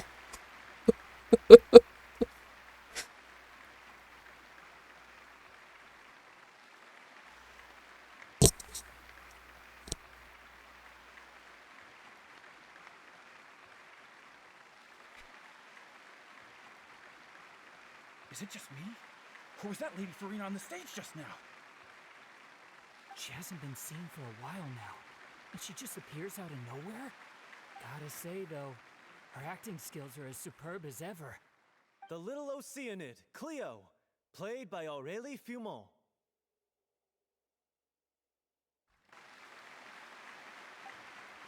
Wait, that's not her name. What's going on? I don't know. Maybe it's just a doppelganger. I've spent a lot of time out of the spotlight, and they didn't use my name during the curtain call either. Hopefully, not too many people recognized me. It's too bad that I had to break the one clear rule I'd managed to make for myself, even if I had no choice. Still, I have to admit that, despite everything, it felt good to be back on the stage again. Finally, we would like to give a special thanks to our artistic consultant and event coordinator, Miss Furina. Hey, that's not what we agreed on! Oh, so it was Furina after all. She's back. Honestly, what is he doing? He should have run that by me first. All right, calm down, don't be mad. This was a group decision. We just didn't want your contributions to go unacknowledged. After all, it's been the rule in Fontaine since ancient times that everyone's work, visible or invisible, is equally deserving of recognition. Yes, I know the rule, but it should still be applied on a case-by-case basis. I wasn't ready for this yet. It's no big deal. What's the worst that could happen? Oh, yeah? Well, since you think it's so easy, you can sign them for me. This is a great chat and all, but can we talk about that crazy thing that happened during the show? It nearly gave Paimon a heart attack. Paimon flew over to where she was supposed to be and was about to drop the prop vision, and then suddenly, a real one popped out of thin air! That... I've got no idea what happened there either. But hey, it worked pretty well, didn't it? I'll bet the audience has never seen such a realistic prop. Wait, what about Dolphy? I wonder how she's doing. Oh, let's go check on her as soon as we finish clearing the stage. Yes. Plus, she'll definitely want to hear how the end of the show went.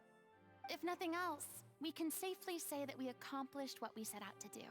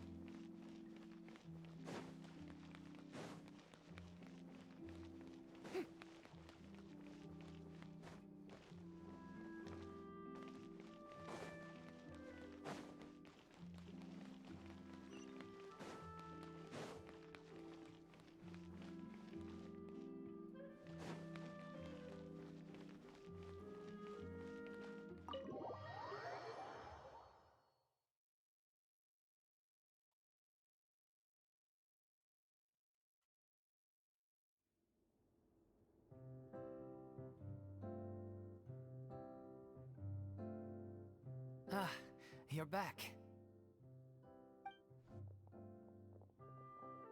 She's doing okay. Her condition stabilized after taking some of her original medication. From experience, though, I'd say she still needs a few more days of rest. How did the performance go? Was it a success? Did the audience like it? You'll be glad to know it was fantastic! Also, you're not gonna believe what happened while Furina was on the stage. You'll probably be able to read all about it in the Steambird first thing tomorrow morning. That's wonderful. I'm so sorry I failed to see it through to the end. I guess I was wrong to try and tough it out to begin with. Oh, don't worry about it. Like they told me after announcing my name during the curtain call, everyone's work deserves recognition. Even though you couldn't see it through to the final scene, the audience was very impressed by your performance.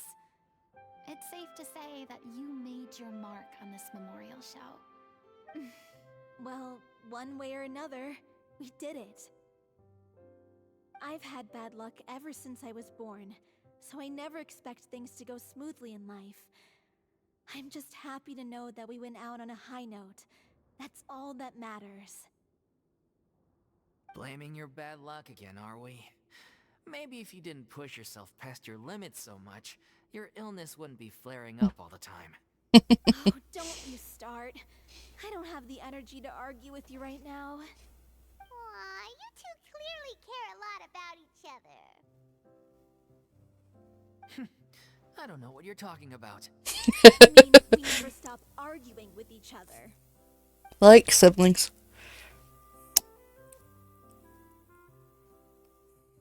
So, any plans for the next step? After the brilliant performance you put on, the reputation of your troupe is sure to spread through Fontaine like wildfire. You won't have to disband if you don't want to. You could capitalize on the rave reviews and license out the little Oceanit to the bigger theater troupes out there. That would do wonders for your financial situation. No, we should still disband. Yeah, it's what we all agreed to. After all that's happened, I should give you guys some space. But maybe our paths will cross again one day. Hey, don't just walk off!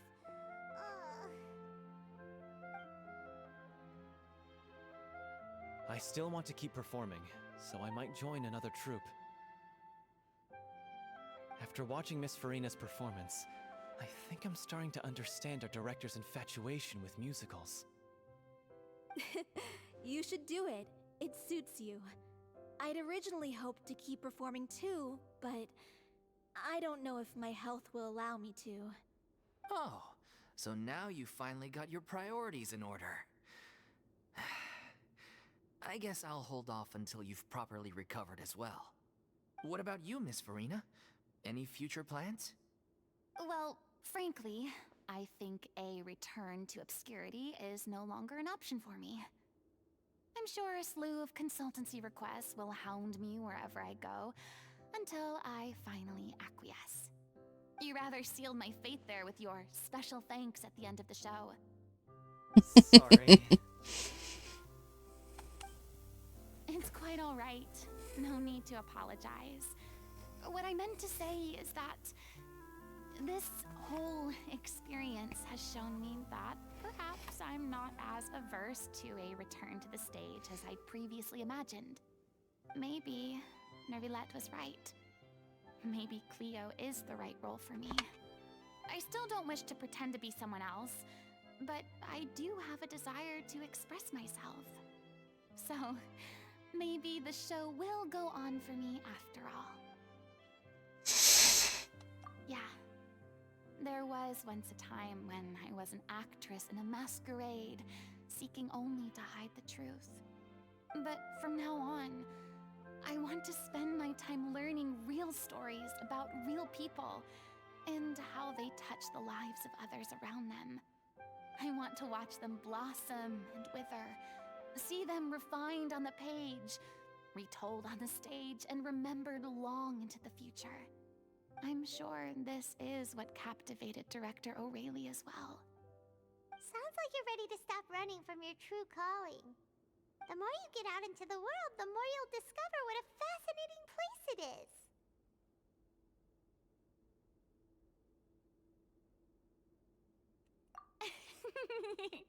Then it's a deal. If a vision is a gift from the gods, then I should do my best to honor it.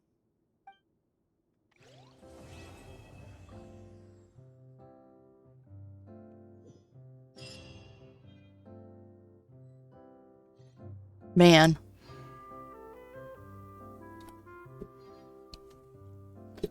I really don't have much to say about that mission. It was just... It's ironic to think that in my whole time as a god, I could only ever dream of receiving this kind of power. And now that the gods have given me their blessing, it actually feels more like I'm finally able to take my fate in my own hands. Is that how humans feel about it as well? I love the little claw detail on her vision. It's just... yeah. It's just so cool. Well. You know what? I want to see how tall the difference is. Oh, apparently he's just gonna... significant height difference.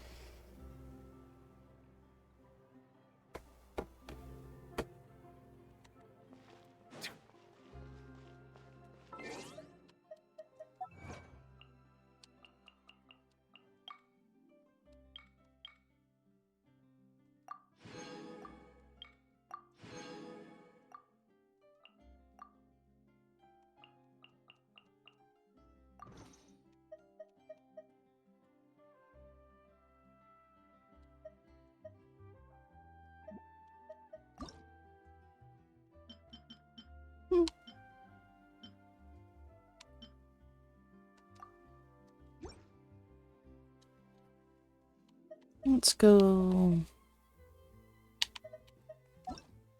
It's only 11:30. Yes.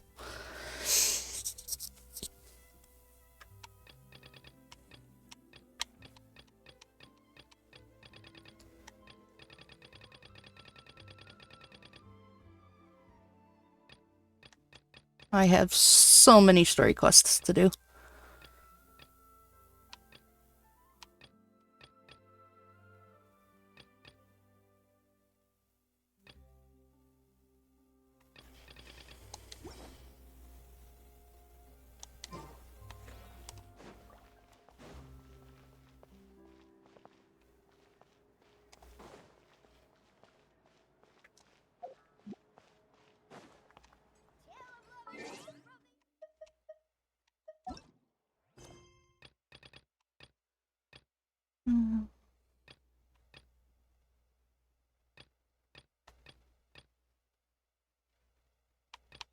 What's stopping this one? Ah. That one. Do I want to do that one?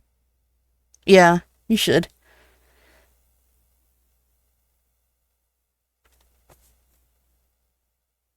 It hit right in the meow meow.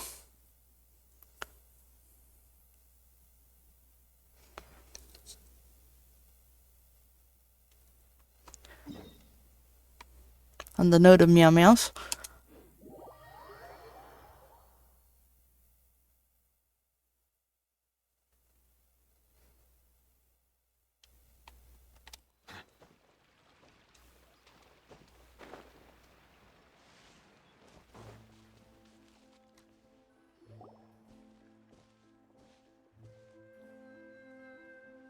You followed us a long way. Why don't you come out and introduce yourselves? So you're Lynn. It's the FBI. Where's your sister? Ain't she with you today? Save us the trouble and go fetch her for us. Or the CIA, whatever. But French. Save your questions, missy. You ain't gonna need answers where you're going. Capiche? Looks like we can't avoid this fight. Now, I'm not the strongest fighter, so I hope you're ready to back me up. Don't worry, we got this! Close enough. Just the complete opposite. Strike a pose! Illusion shattered!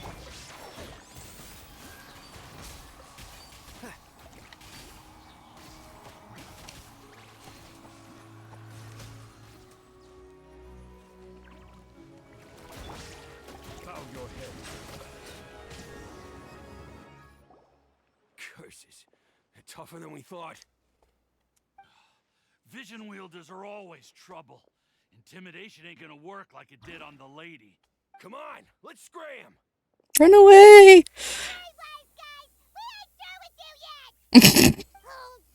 Paimon. Did you catch what they said just before they left? Something about intimidating someone else. Sounds like they just wanted to rough us up as a scare tactic, and they've already done it to someone else, but who? You're right. She was injured when we saw her yesterday, and she acted like she had something to hide. Maybe she was too scared to tell us the truth because those guys had threatened her. Well, if that's the case, she should be more willing to open up to us once she learns that those thugs won't be bothering her anymore. Let's head back to the cafe and see if we can get any information from her.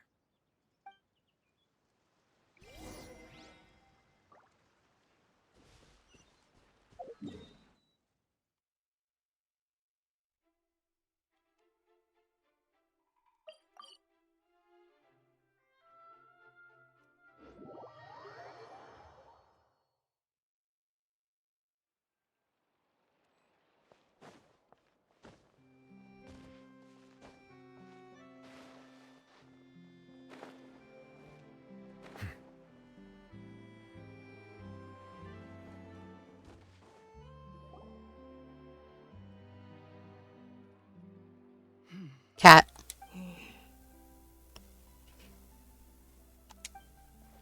Gemma? You again. What is it this time? We just ran into the men who've been threatening you, and we gave them a taste of their own medicine. So, you can relax now. We're here to protect you. What? Why? I didn't tell you anything. Why would they come after you? Sounds like they're no strangers to you. That's putting it mildly.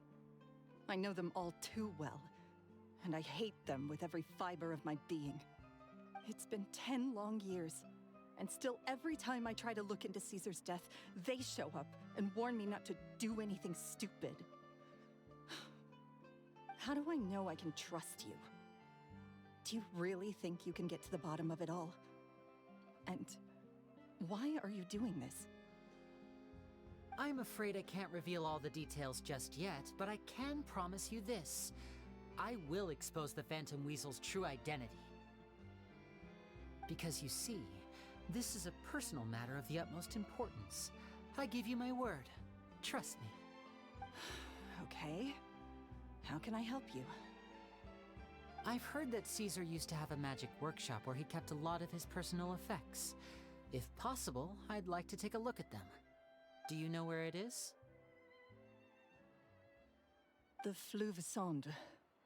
But the place was sealed up by the police after his death, and no one's been there since. I also know that the Fleuve Sonde is dangerous territory.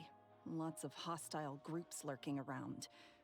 If you're serious about going there, please be careful. Understood. Lynette, you stay here and take care of Gemma. Don't let her come to harm. Got it. But if I'm staying here, I'm ordering dessert. I mean, bon appetit. But stay sharp, too. They're likely to come for you while I'm Sweet away. tooth. Okay. Alright. Power saving mode off. I'll start taking this more seriously now. Power saving mode? What? Or is that the same as the autism mode from the one Ghost in the Shell thing?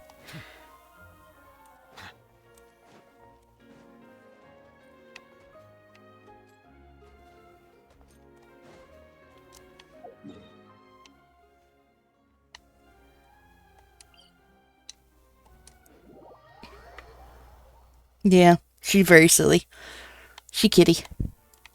Just a meow meow.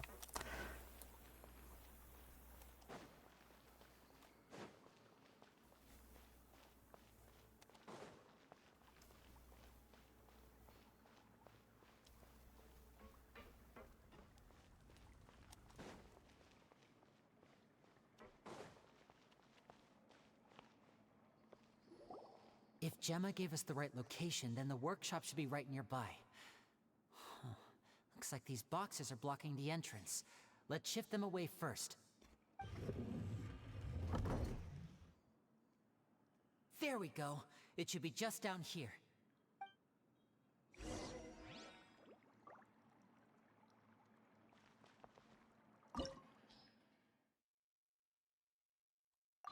No.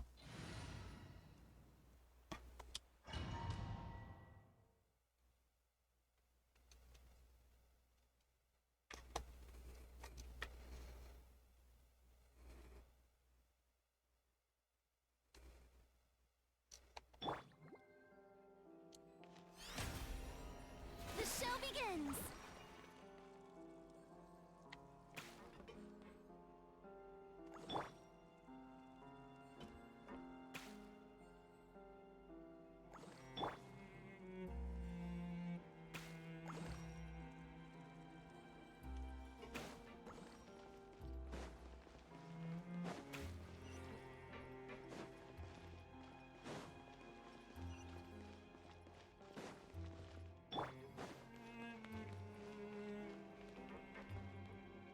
Hmm.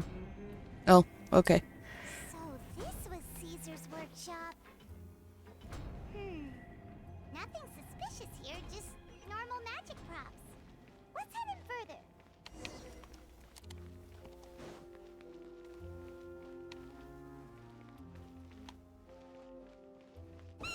What was that?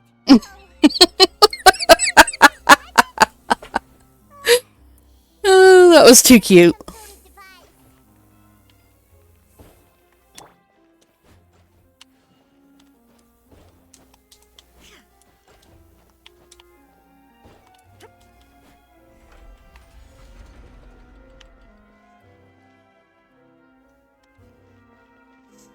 Oh, great.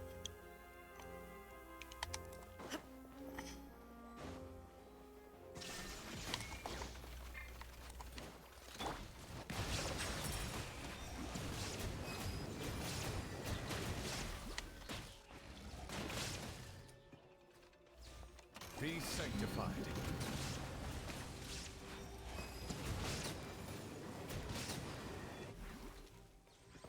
Whoa. Look.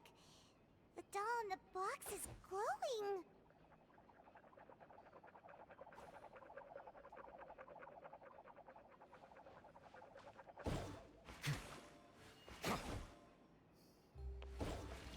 There's something written on the card on this doll. Let's take a closer look.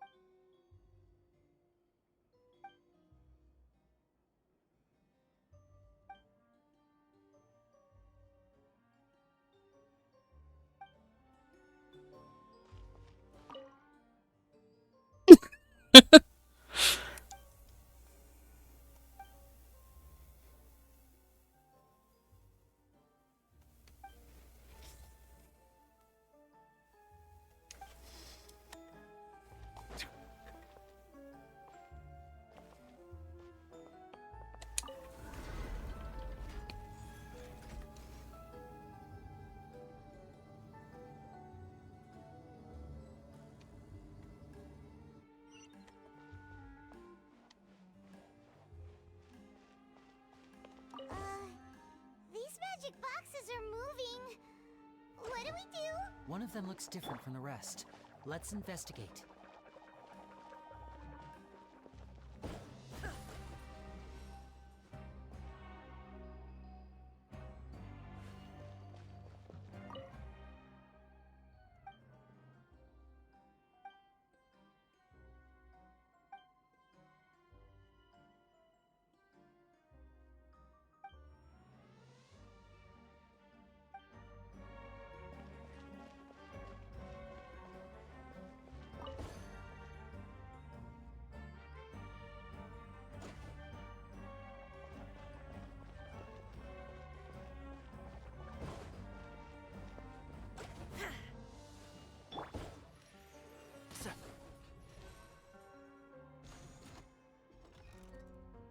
This area is so cool.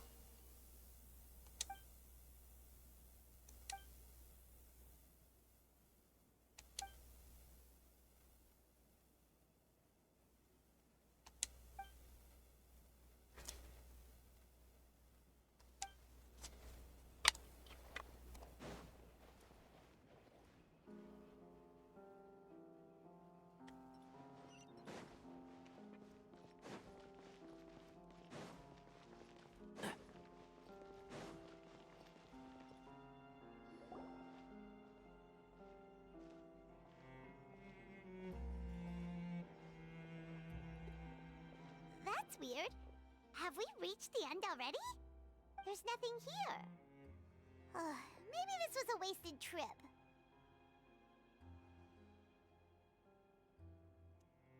This place seems a little too ordinary for a magician's workshop. There's a distinct lack of mystery. We've triggered quite a few devices on the way here. I'm starting to wonder whether Caesar built this whole place as one big, elaborate magic contraption. If so, then there must be more to this place than meets the eye. Maybe a hidden room somewhere. Aha! If I just move this book, then hopefully... and... presto! Ta-doo! A secret passageway!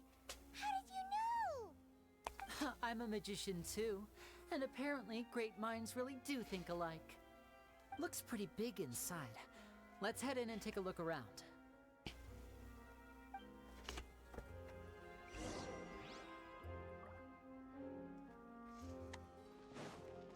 Ooh, chest.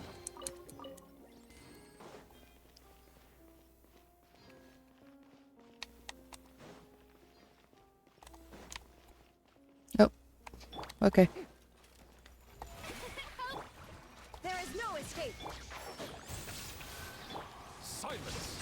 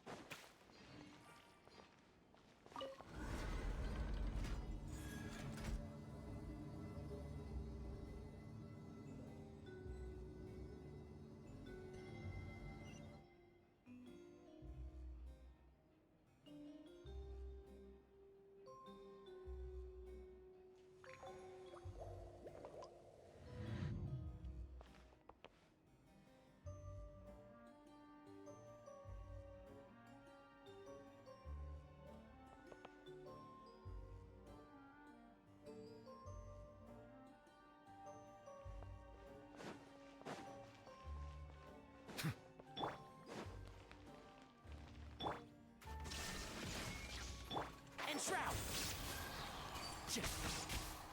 Bow your head.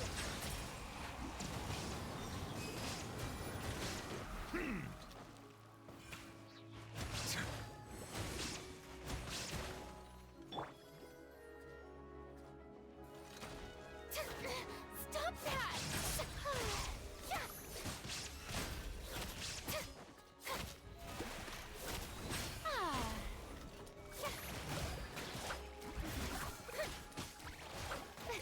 Illusion shattered.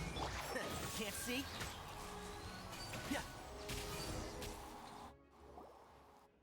Yeah.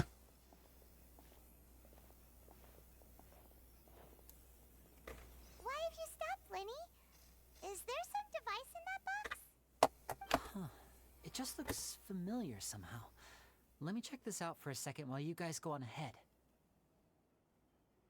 If anyone makes a major discovery, let's rendezvous here. All right, see you in a bit.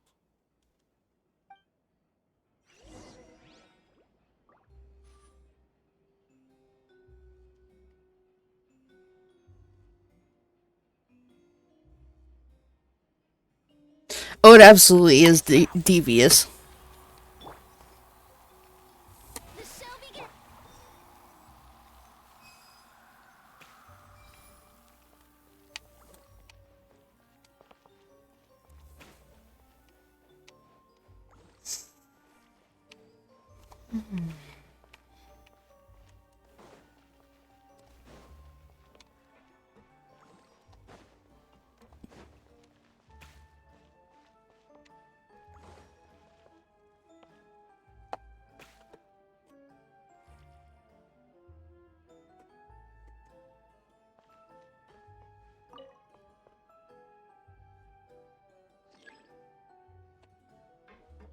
Oh, one of these. Okay.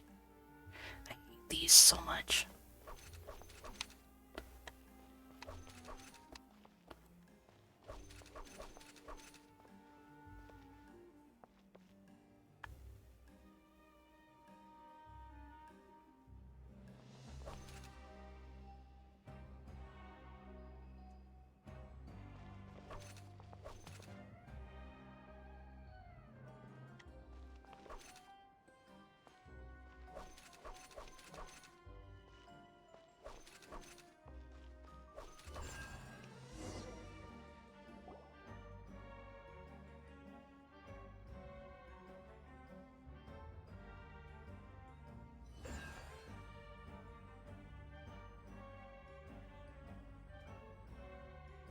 A really cool dungeon design, though.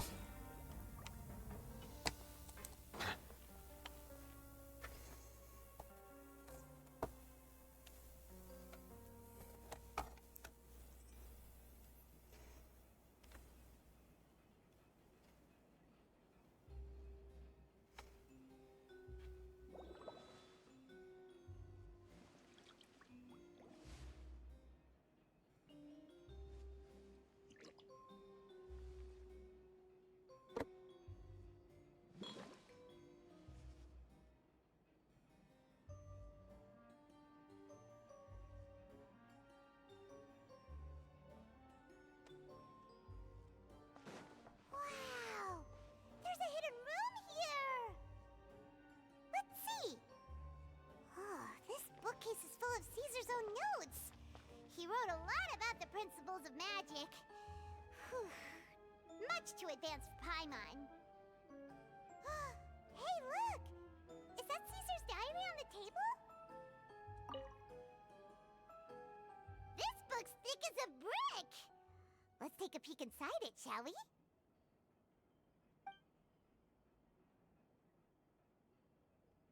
At one of my shows a few days ago, a child asked me how I pulled candy out of my hat. As a joke, I told the kid that the hat has a built-in wish-granting machine.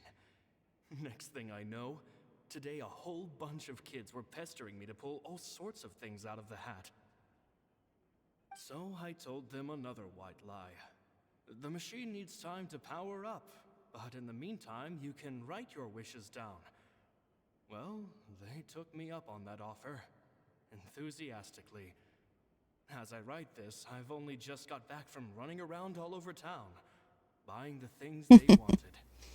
Boy, are my legs sore. I wound up saving very little this month, but that's not a major issue. I now have a bigger problem. How am I going to hide all these things inside my hat?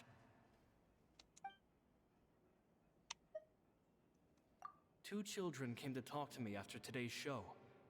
I don't know why they were out on their own. They looked much too young to be unsupervised. I do hope they got home safely. Anyway, they said that they wanted me to teach them how to do magic. It's not uncommon for children to ask this, of course, but I've never seen any of them as serious about it as these two. I told them that learning magic is very hard work, but that didn't faze them at all. It's like they already knew. They seemed so committed. I couldn't turn them down.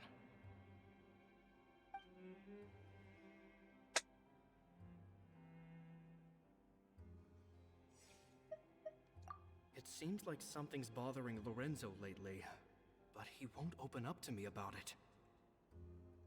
Surely he's not upset that I agreed to teach those two children. I'll have to talk him around.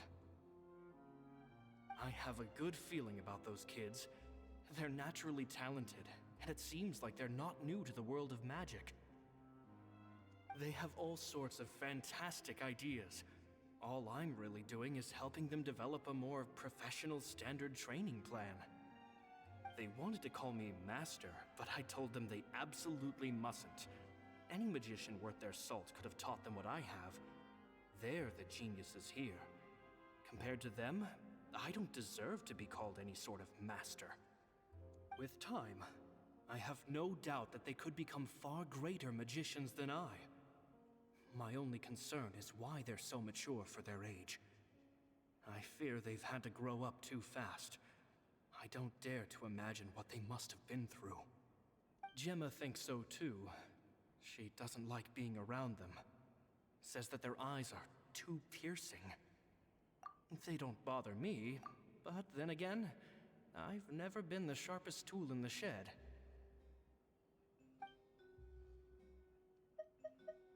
It's nearly time for me to go on tour. I asked the two kids if they'd like to come with me, but they shook their heads. I once overheard them talking about their father and their mission. Sounds like their parents have other plans for them. I guess we'll be parting ways soon. It's only been 10 days since I first met them, but I think that I've gotten a feel for their personalities now. They're very tough, but also very cautious, and they trust no one but each other. This, I fear, is not a good habit to have. They hide things from me too. For example, when I asked them where they live and why they wanted to learn magic, they lied. That's the thing about children. Whenever they're trying to cover something up, it always shows somehow. I can sense that their lives have been hard, possibly even dangerous too. They're not like other children. It's a shame that I can't do more to help them. After thinking things over, I decided to tell them a bit about how I see the world. It's full of lies and falsehoods, and that is why we must find our own truth. P.S. I hope they won't find my nagging annoying. Children are so opinionated nowadays. Will it do them more harm than good for someone they've only known 10 days to lecture them like that? P.P.S. Maybe I'm overthinking this. Children aren't interested in grand philosophies. It probably just went in one ear and out the other. I bet they've already forgotten every word I said. Oh, Caesar, Caesar. Just mind your own business next time.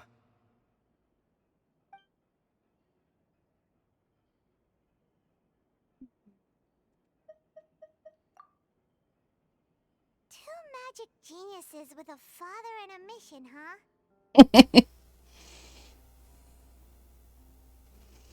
Could not know who that might be. Exciting about Lenny and Lynette, don't you think? So did they meet Caesar when they were kids? Let's go ask Lenny.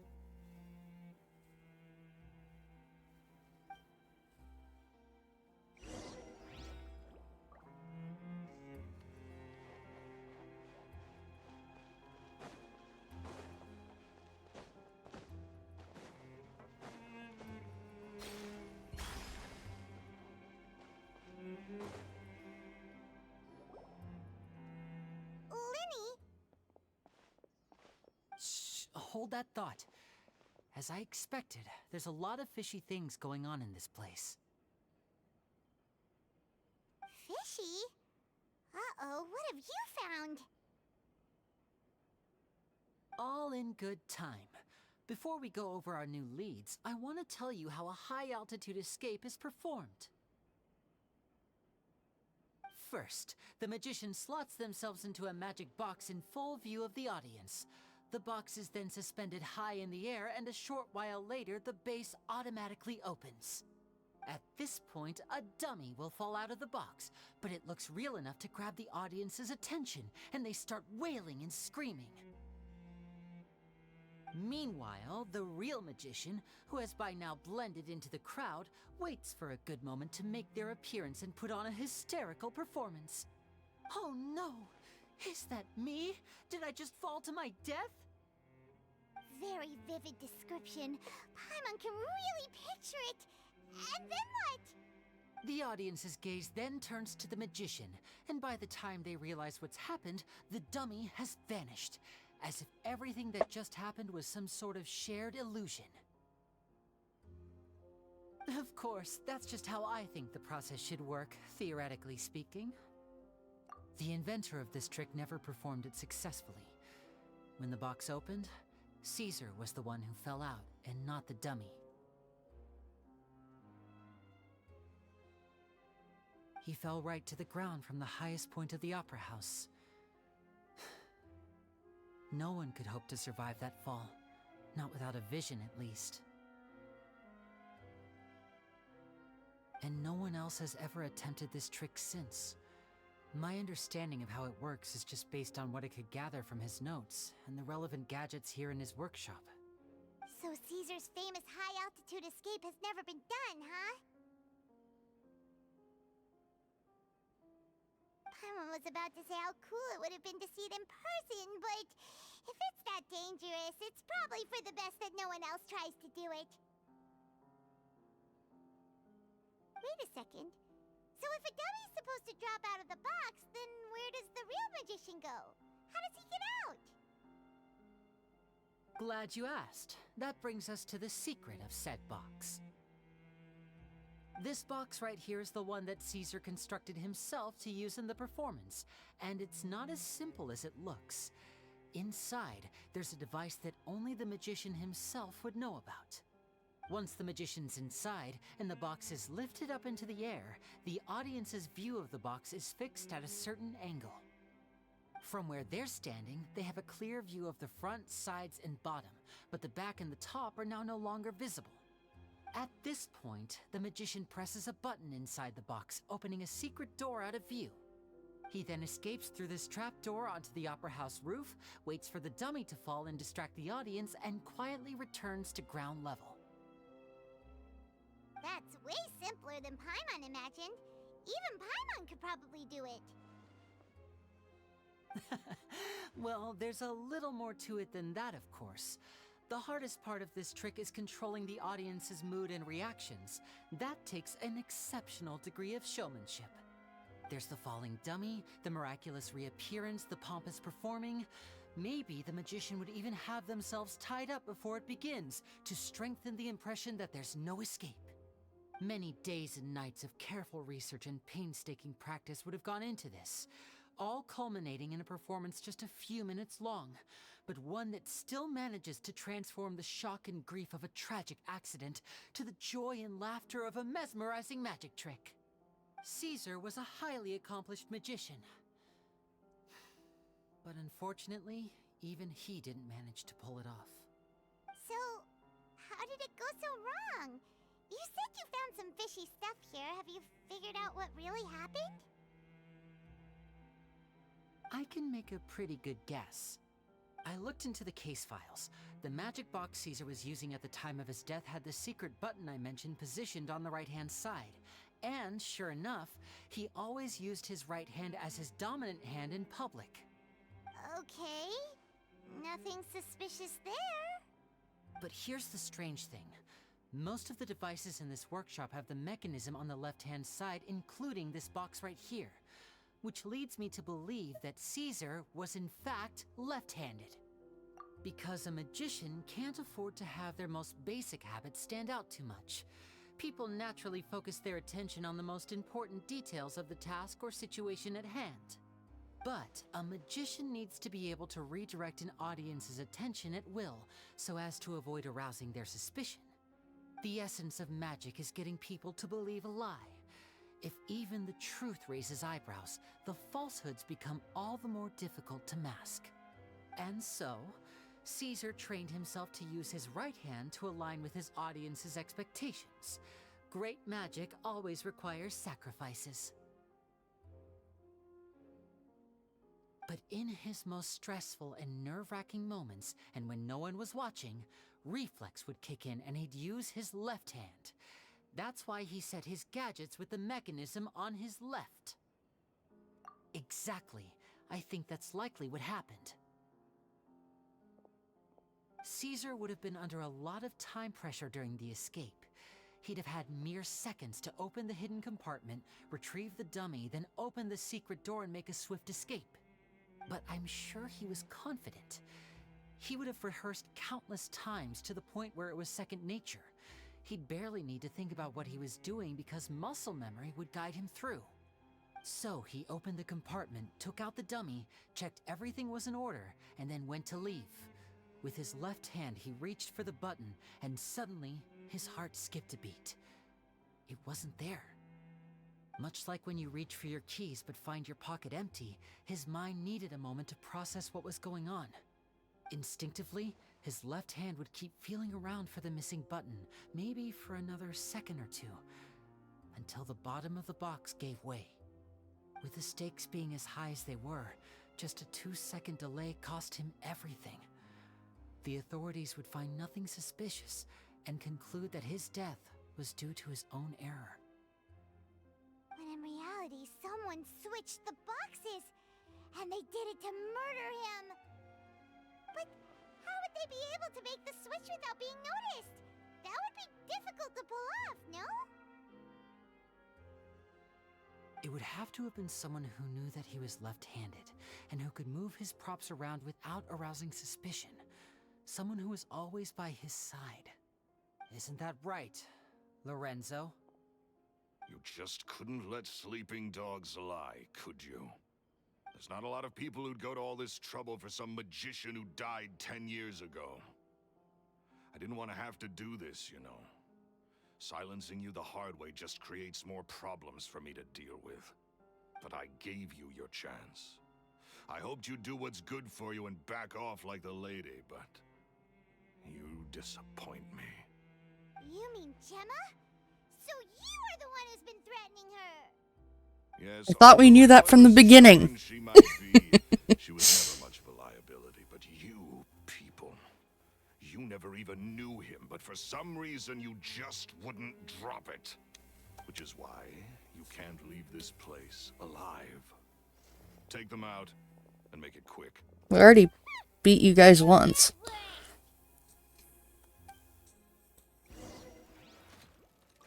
Now disappear!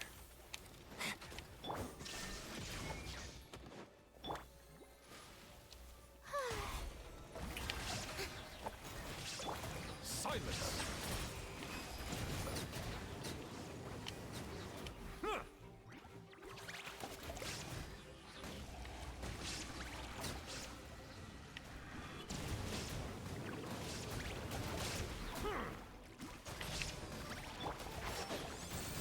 There is no escape. Settle down. Let the mighty be humbled.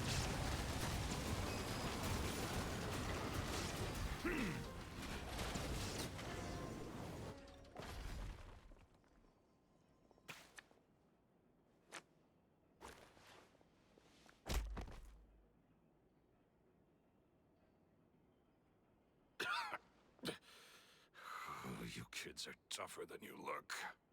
Had enough yet, Lorenzo? Your cronies can't help you now. I think it's high time you started talking, and what I'd really like to know is, why did you murder Caesar? If I had a mora for every time you said that man's name. Of course you idolize Caesar, everyone else did. But I was the real genius magician. Me! He was just an amateur who did cheap tricks for gullible children. I was the one who made magic into the fine art it is today. The aristocrats doffed their hats to me! So it was jealousy. Jealousy. Hatred, more like. I hated Caesar. All he cared about was his magic. He lived and breathed it. He poured everything into his street performances and his stupid tours like it was just a hobby to him, never bothering to think about Mora. What sort of fool devotes their life to the art of deception and never has a Mora to show for it? But the people loved him, didn't they? Oh, how they looked up to him. No one gave me a second look. All I ever heard was, "Oh, your master's amazing, isn't he?" Amazing. Yeah, so amazing that he was completely broke. Every other apprentice was living it up at their master's expense, but no, not me. I put in all the work, mastered all the skills, and it brought me nothing more than the life I already had. He forbade me from using magic to trick people out of their Mora. There was nothing he hated more than that. And with his reputation in Fontaine, it was too risky for me to go it alone. As long as he was alive, if I dabbled in my own brand of money-making magic, he would expose me, and it would destroy me. I had to kill him. There was no other way. He had to go. And this was your only motive? It was reason enough. What other motive would I need? Well, I was under the impression that there might have been other factors at play. For instance, maybe you were in love with Gemma, but she was engaged to Caesar. In love with Gemma? Don't be ridiculous. Guess I was wrong about that then. Next question. Are you the Phantom Weasel? I am. Caesar was so strict with me. He insisted that his way was the right way, that the sole purpose of magic was to bring joy to the world. I never bought into any of that. I was more interested in the practical value of magic. Sure enough, it helped me fill my pockets with all kinds of valuable treasures. Oh, yeah! Charlotte told us that the weasel would steal whatever people valued, no matter how much it was worth. That's just how it looked from the outside. What would any thief want with second-rate loot? I've only ever targeted high-value items. I stole cheap things as a way of practicing my craft. It was other people's overactive imaginations that conjured up the preposterous image they then dubbed the Phantom Weasel. So, that's the story, huh? Well, I hope you're— What choice do I have? You're a pack of wolves, and you've got me between your jaws. You've seen what's here, and my last-ditch effort to stop it getting out has failed. What else can I do? So be it. I've enjoyed power and wealth for the last 10 years, the likes of which Caesar could never give me. I wouldn't choose for things to end this way, but I regret nothing. Very well. In that case, I'll contact the guards. Traveler, Paimon, keep an eye on Lorenzo for me. I'll meet you just outside the workshop when I'm back.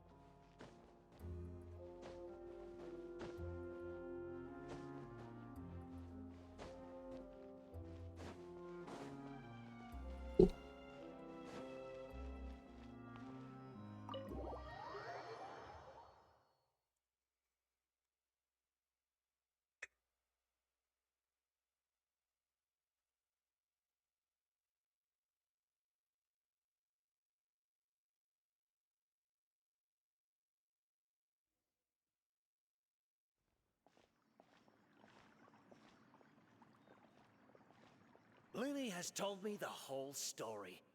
Lorenzo, do you confess to the murder of Caesar and to framing him for the Phantom Weasel's crimes?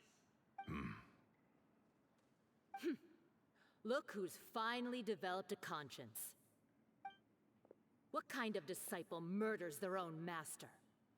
I hope it was worth it, because there'll be hell to pay.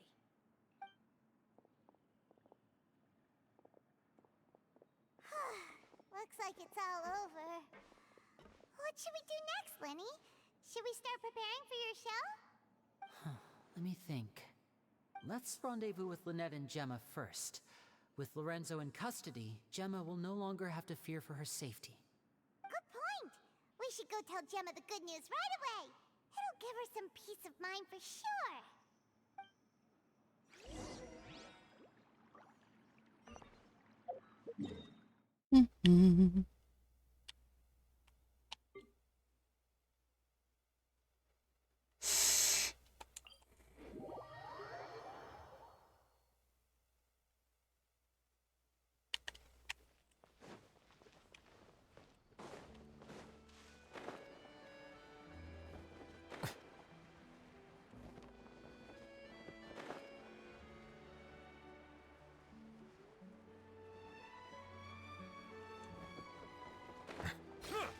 They've been here the whole time.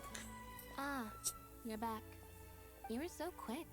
I've only just finished my third dessert. Lynette, come on, we've talked about this. Everything in moderation. You're not gonna have any room left for dinner now. That's fine. I'll shift to exercise mode and jog off the excess sugar. That's besides the point. Well, it's done now. But try to eat a more balanced diet in the future. Point taken. Did everything go okay? Of course. Very meow meow. Was no match for us. The guards are taking him into custody as we speak. Gosh, that's amazing. I'm sorry. I still didn't know if I could trust you, but now it seems I can. I had my suspicions about Lorenzo, but It's okay. We understand. He did threaten you. Paimon would find it hard to trust strangers in your position, too. But you don't need to be scared anymore. Everything's gonna be okay. Sorry. My emotions are all over the place right now. I've been waiting for this day to come for so long. I always wanted to report Lorenzo. He took all of Caesar's property, which I found suspicious, but I had people watching me all the time, so I couldn't risk looking into it. I was so afraid. I was scared he'd do something terrible to me, and then no one would be left to visit Caesar's grave. So I never had the courage to speak out. Thank you all. Truly. Thank you so much.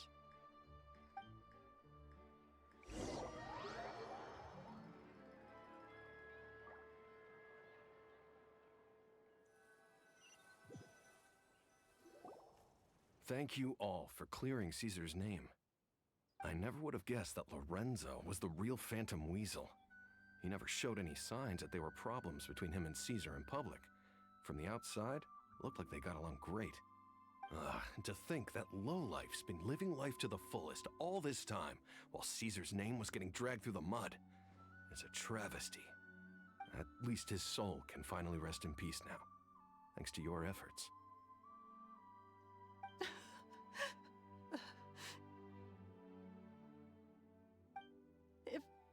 If only I'd realized before it was too late. Don't blame yourself, Gemma. This isn't your fault. Yeah, you still have the rest of your life to live. Caesar wouldn't want to see you spending it feeling guilty.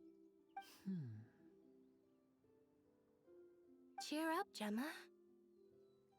My brother's doing a magic show at the Opera House tomorrow evening. Would you like to come along? It might raise your spirits. This show will be a special one. We're holding it in Caesar's honor. In Caesar's honor? Really? Oh, thank you. I'll be there. Great. We'll see you tomorrow evening. Traveler, Paimon, don't be late. Don't worry, we'll be there. No way are we gonna miss out on a free magic show. Wait, Paimon feels like we're forgetting something. Oh yeah, Caesar's diary! We never found out if the two kids Caesar taught magic to were Linny and Lynette.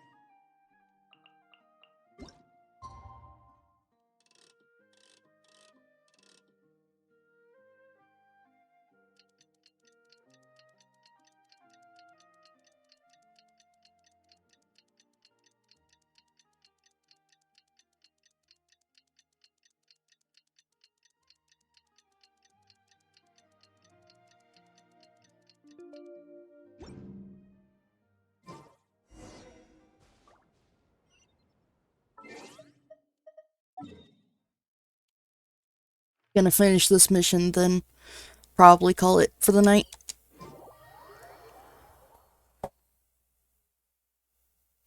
It shouldn't be much longer.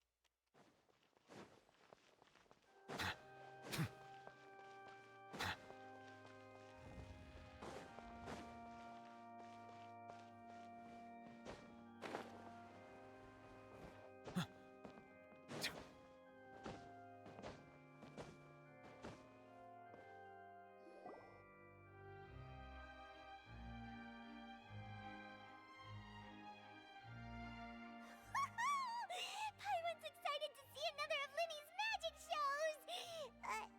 Wait. Lynette, shouldn't you be on stage by now?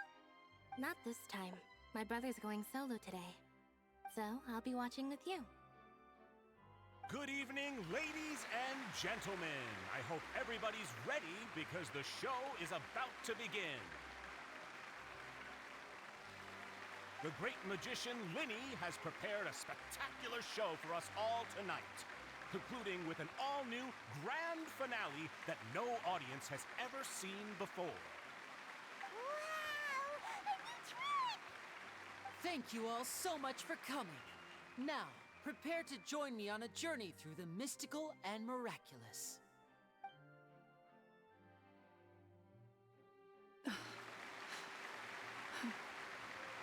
Exciting stuff, isn't it? Yes, it's just... It reminds me of him. No wonder. Caesar was a famous magician too. So, how did you two first meet, Gemma? Well, I was out on the street once, and I saw him performing for little children. Children love magic, because they're willing to believe in things that can't be rationally explained. Caesar had this amazing way of bringing them into a dreamlike world.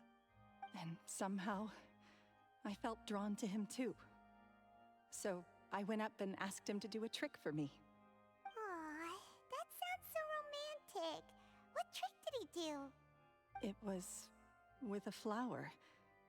He took it in his hand, snapped his fingers, and it magically appeared on my head. I was so happy that day. No one had ever given me a flower before that. Oh, that's so cute! Actually, now that you mention it, Linny's done that one before. Is that right? Then I suppose he's a romantic at heart, just like Caesar. So let's treasure the time we have with him. After all, you never know when the people dearest to you might be gone. That's right. It's all over now. Paimon doesn't really know how to comfort you, but at the very least, no one's gonna be intimidating you from now on. You can breathe easy at last, right? Right. Yes, you can breathe easy now, Phantom Weasel. See? Even Lynette says... Wait, the Phantom Weasel? Lorenzo escaped? Where is he? What do you mean, Phantom Weasel?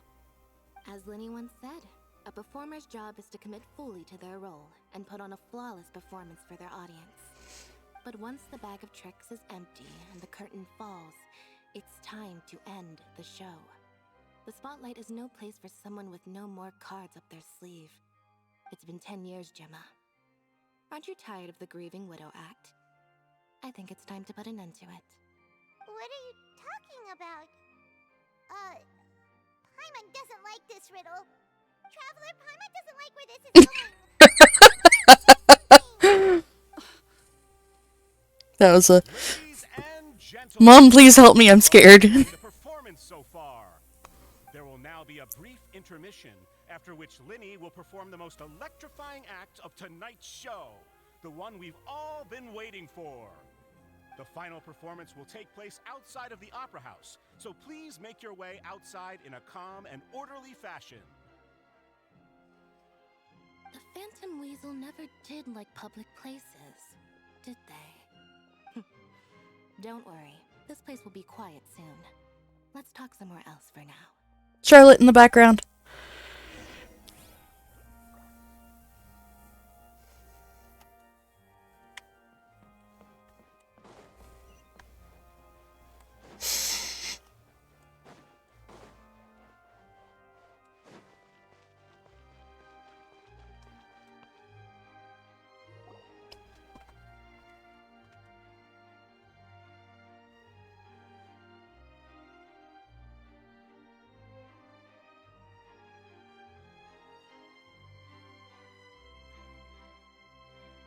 Dear me, this is awkward, isn't it? And unfortunately, I'm all out of gadgets, so I'm afraid I can't do any tricks to liven up the mood. This is a big mistake for a magician to make, but thankfully, I do have a backup plan. Now, who wants to hear a story? Linny? Don't we have more important things to address right now? Lynette accused Gemma of being the real Phantom Weasel a moment ago. Oh, what the heck's going on? All in good time. Magicians are good at guessing what people are thinking. I know the questions you want to ask. And as it happens, the story I'm about to tell might answer a few of them. Really? Well then, let's hear it! Paimon's dying of curiosity here! Let's go back to the very beginning. A decade ago, when the Phantom Weasel was terrorizing the court of Fontaine. She never missed a target, never left a trace, and no treasure was safe from her thieving hands. But as her infamy grew, so did the readiness of the police, and her opportunities to act became ever fewer. Every day, she ran the risk of being exposed for who she was. Of course, she could not simply take this lying down, and before long, she found her ticket to freedom. She would create a scapegoat, a false weasel to close the chapter on her behalf. After weighing her options, she set her sights on a renowned magician, Caesar. After all, magic and theft shared enough similarities for people to buy the story when the truth came out. So then what? Being the master deceiver she was, the weasel easily earned Caesar's trust. Now, all that remained was to frame him for her countless crimes. But as she was considering how to make her move, she noticed Caesar's aggrieved pupil, and a new thought entered her mind. Maybe I don't need to get my hands dirty after all. At her encouragement, Lorenzo tampered with Caesar's magic box, causing him to fall to his death. Afterwards, Lorenzo seized his master's property, and the weasel set about tarnishing Caesar's reputation. Two co-conspirators committed the perfect crime.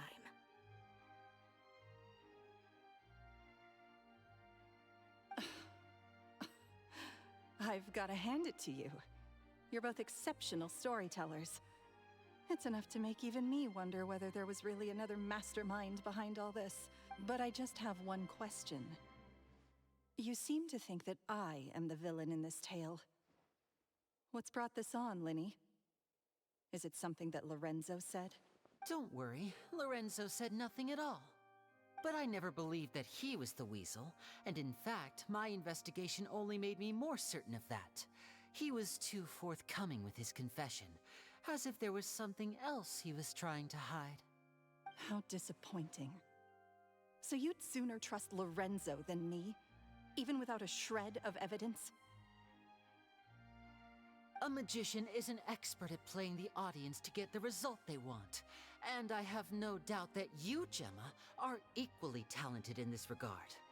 With a little help from Lorenzo, you put on a very convincing performance. The lovesick fiancé, whose devotion to her betrothed is unshakable, even under threats of violence. Caesar was maligned and hated by all for 10 years, but you? Everyone sympathized with your plight. Who would suspect for 1 second that the lovely young lady always seen weeping in front of Caesar's grave was actually the mastermind behind his demise? No, not that poor lady. Perish the thought. Wait, so you mean the whole intimidation thing was just a hoax? Gemma and Lorenzo were both in on it? But why would Lorenzo agree to that? And why didn't he sell her out even at the end instead of admitting to being the weasel himself? Yes, why indeed? Maybe Gemma herself could enlighten us on that question. Well, Linny, if you're so confident in your version of events, then I think the answer should be obvious. Having killed Caesar with his own hands, Lorenzo was plagued by overwhelming guilt. Revealing the Phantom Weasel's true identity would serve no purpose. But if the Weasel remained free, then she could take care of Lorenzo's loved ones. An excellent answer, though sadly a little dull. Is that right? Well, don't let me bore you. If you'd care to change the topic to something more interesting, I'd be much obliged. As a matter of fact, there's one thing I'd really like to understand. Why would the real weasel have targeted things that only have value to other people? Could you shed any light on that? Of course. After all, we're just telling stories here, aren't we? If I had to guess, I would say that the real weasel must have had a terrible childhood. Left to fend for herself after her parents died young. Betrayed, scorned, beaten.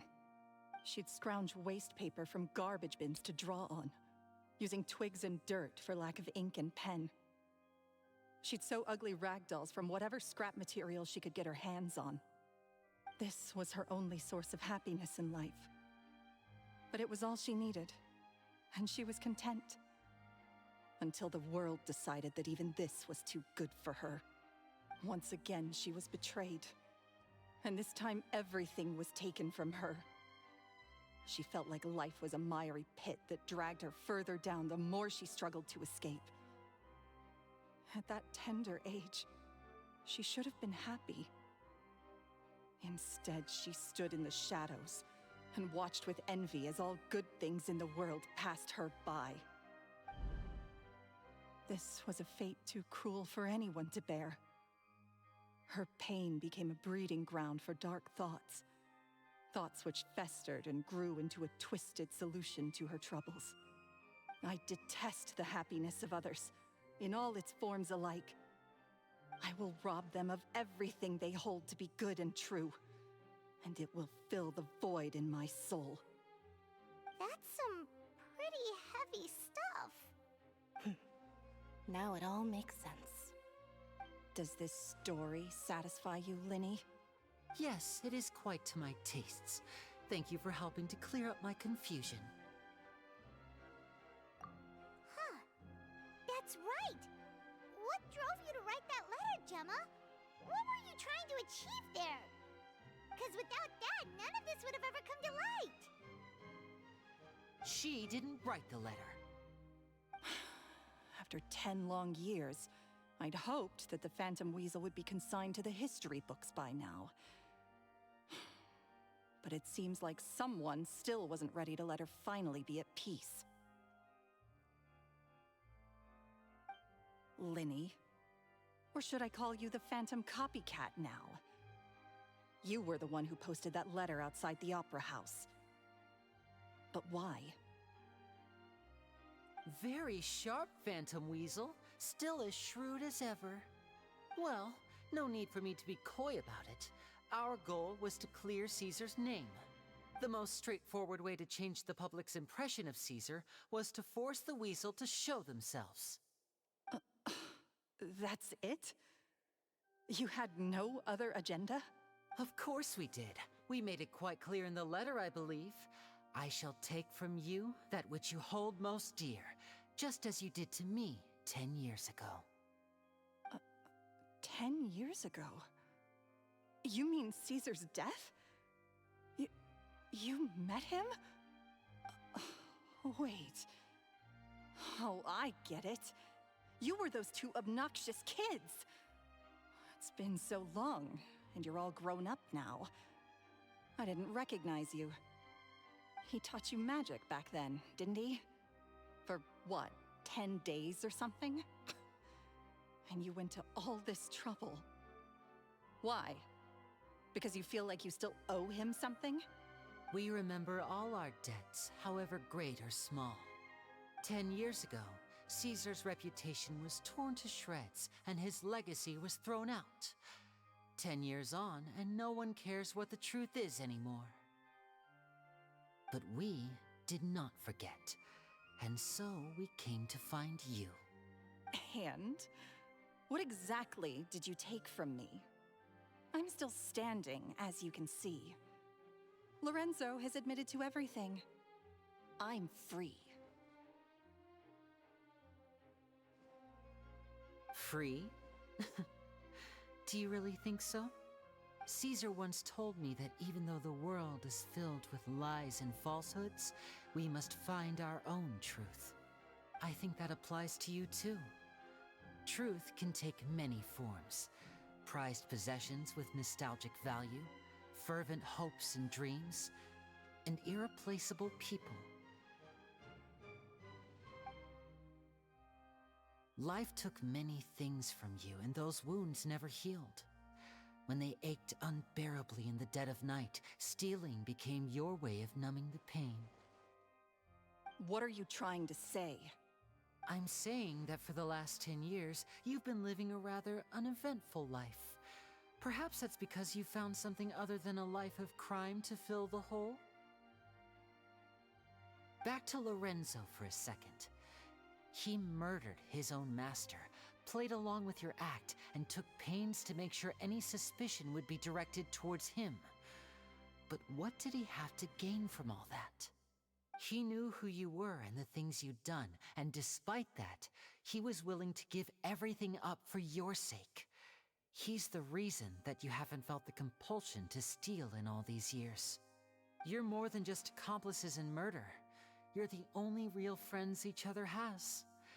So I think you know, deep down, that he is the only truth you have in your life. But that truth is gone now, and I guarantee you, you'll never see it again. Congratulations on your freedom, Gemma. Your freedom will cost you dearly. From now on, you'll be all alone in a world full of lies and falsehoods. I do hope you'll be able to bear it. You've still got a long life ahead of you after all. Gather round, one and all. The time has now come for the amazing Linny to perform his final act in tonight's show. I'm sure you're all wondering what he has planned for the grand finale.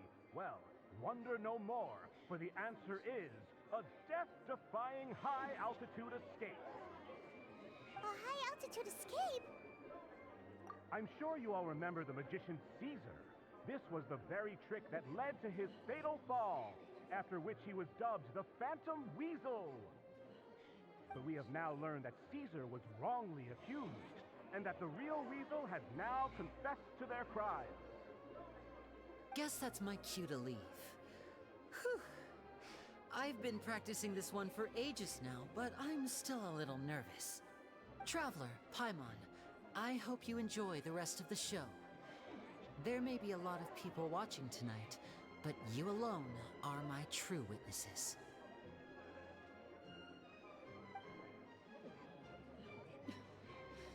Lenny, wait. You two hid a lot from Caesar. He went to his grave without ever knowing your secrets. So what about now? Are you an open book? Or are you still the same as ever? You don't have to tell lies to end up isolated and alone. One day, you'll end up exactly where I am today. Maybe then you'll finally understand. You're wrong. I'm nothing like you.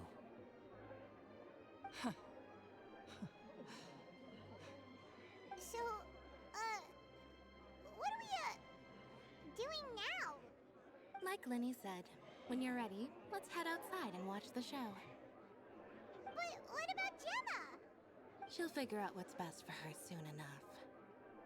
Oh, and if you'd like to see Lenny after the show, you know where he'll be. The usual haunt. Alright, well, let's go and watch Lenny's finale then. This trick's a pretty dangerous one, but he should be able to pull it off, right?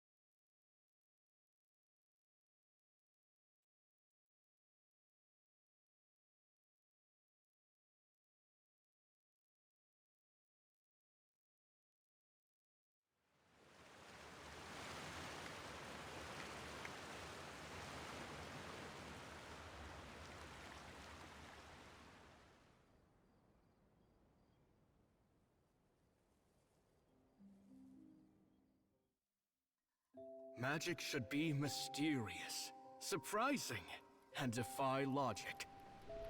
Magic is hard work. Every single movement has to be practiced thousands of times. It's alright, we're used to that.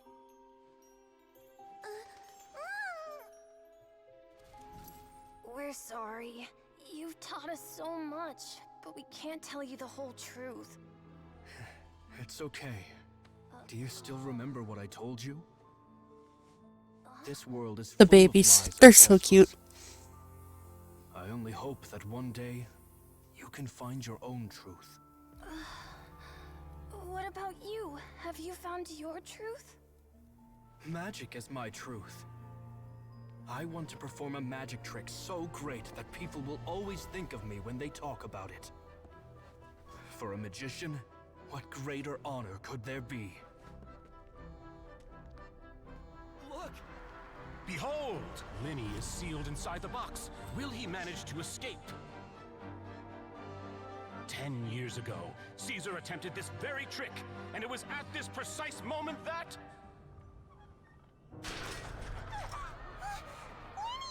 Watch out!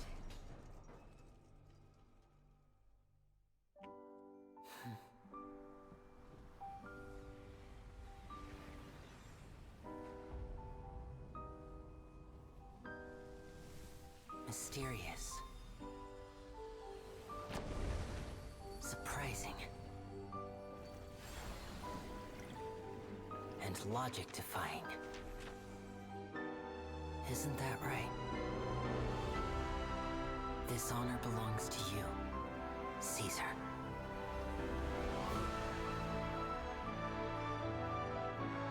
I'm just sorry it's a little late.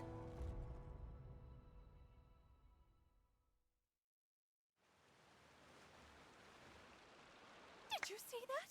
1 minute he was falling, and the next, he turned into flowers. How could he possibly have done that? How mysterious. I didn't blink once. He just vanished right in front of my eyes. What a heart-stopping magic show! This was really worth the trip. Caesar's name has finally been cleared, and Fontaine's new star magician Linny has fulfilled a wish on his behalf. Oh, I couldn't ask for a better grand finale. It will make a great headline for the Steambird tomorrow, even if I do say so myself. Whew. Looks like everyone really loved Linny's grand finale. Paimon doesn't see Linny anywhere. Where'd he go? Oh, Lynette said he'd be waiting for us at the usual haunt. But, where is that? Oh, you mean the one where Caesar's buried? Yeah, that's probably it. This whole magic show kinda seemed like Linny's way of saying goodbye to Caesar. So it makes sense that that's where he'd be afterward. Alright, let's go look for him there. Didn't think there'd be even more afterwards.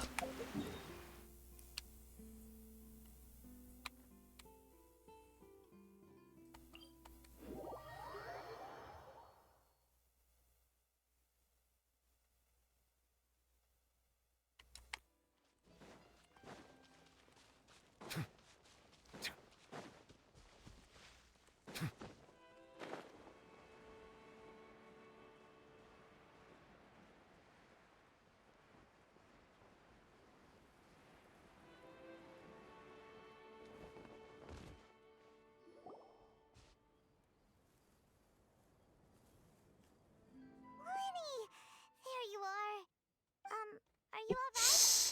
Paimon was scared to death when the chain broke. Paimon was sure something had gone horribly wrong. Magic is a performance art. A magician has to get creative to keep the audience on tenterhooks. That's our job. So I tweaked Caesar's original setup a little to keep it fresh. I was honestly a little nervous during the live performance. The thought of falling, suddenly feeling weightless, seeing the sky and the ground spinning and spinning. Sometimes, I can't help but wonder what Caesar thought in those final moments. Did he regret taking Gemma and Lorenzo on? Or did he believe that it was his own slip-up right until the end? You know, Paimon's been wanting to ask you about something ever since we were in Caesar's workshop. You learned magic from Caesar once, didn't you? When was that? After I joined the House of the Hearth. To be honest, Lynette and I had an agenda when we approached him. I told you about my past before, remember? As a young boy, I survived by secretly learning magic from street performers. I'd watch their tricks and try to figure out how they were done. But I quickly realized that observation alone could only get me so far. What I saw was the polished final performance, but the rigorous training they put in behind the scenes remained invisible to me. I needed to learn how to improve my sleight of hand, hone my misdirection skills, and make niftier props. We were gifted enough that we'd made some progress by ourselves, but without proper guidance from a professional magician, we quickly plateaued.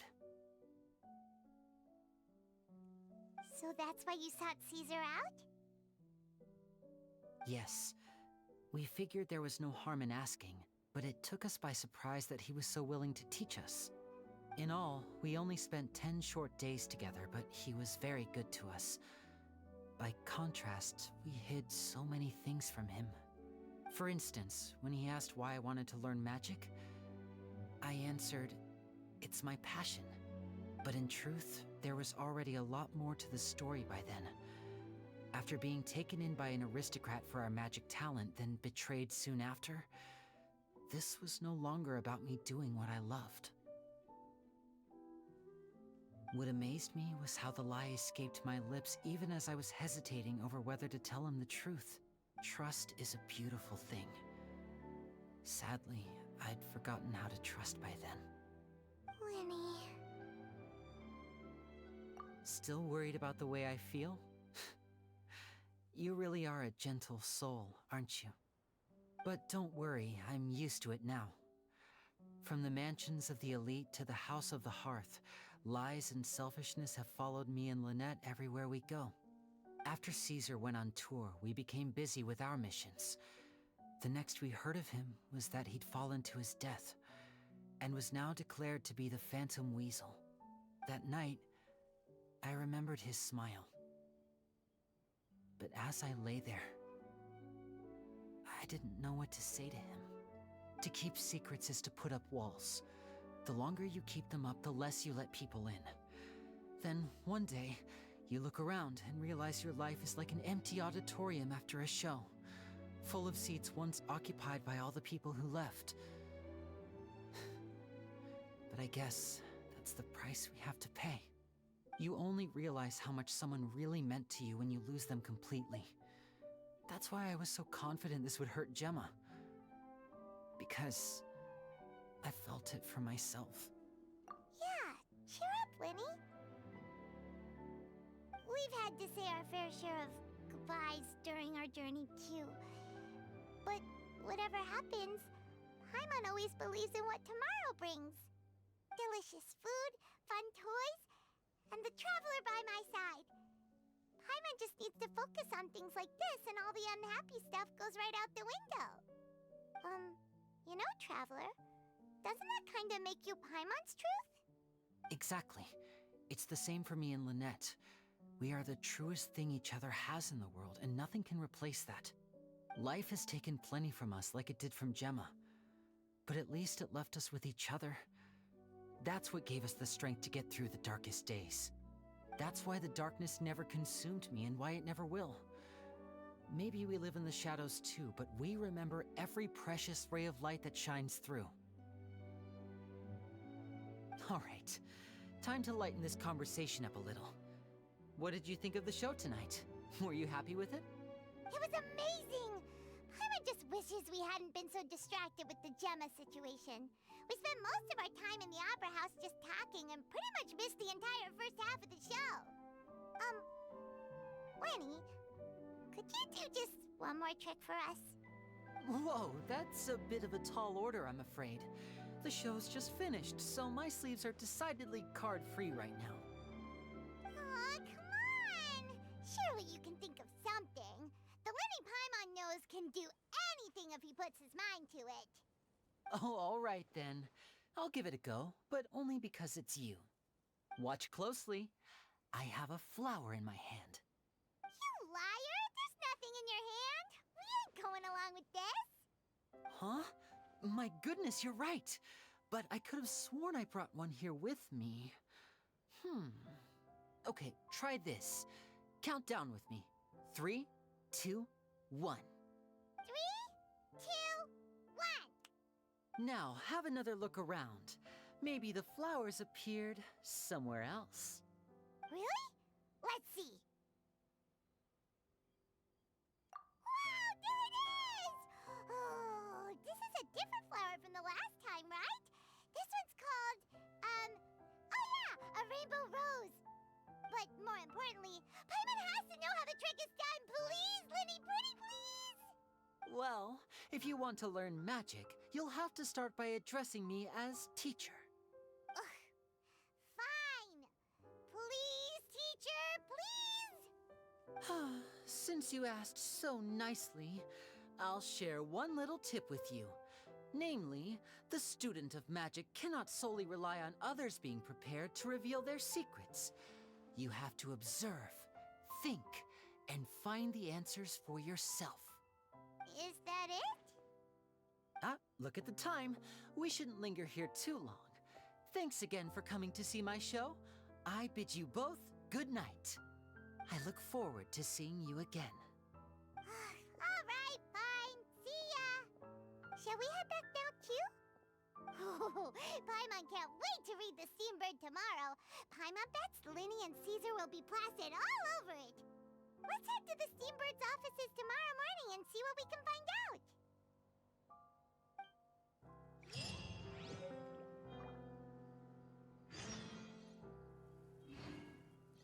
Okay, I think that is enough for me. That was a lot of Genshin, and I will continue Lenny's mission after, well, maybe next time we're on.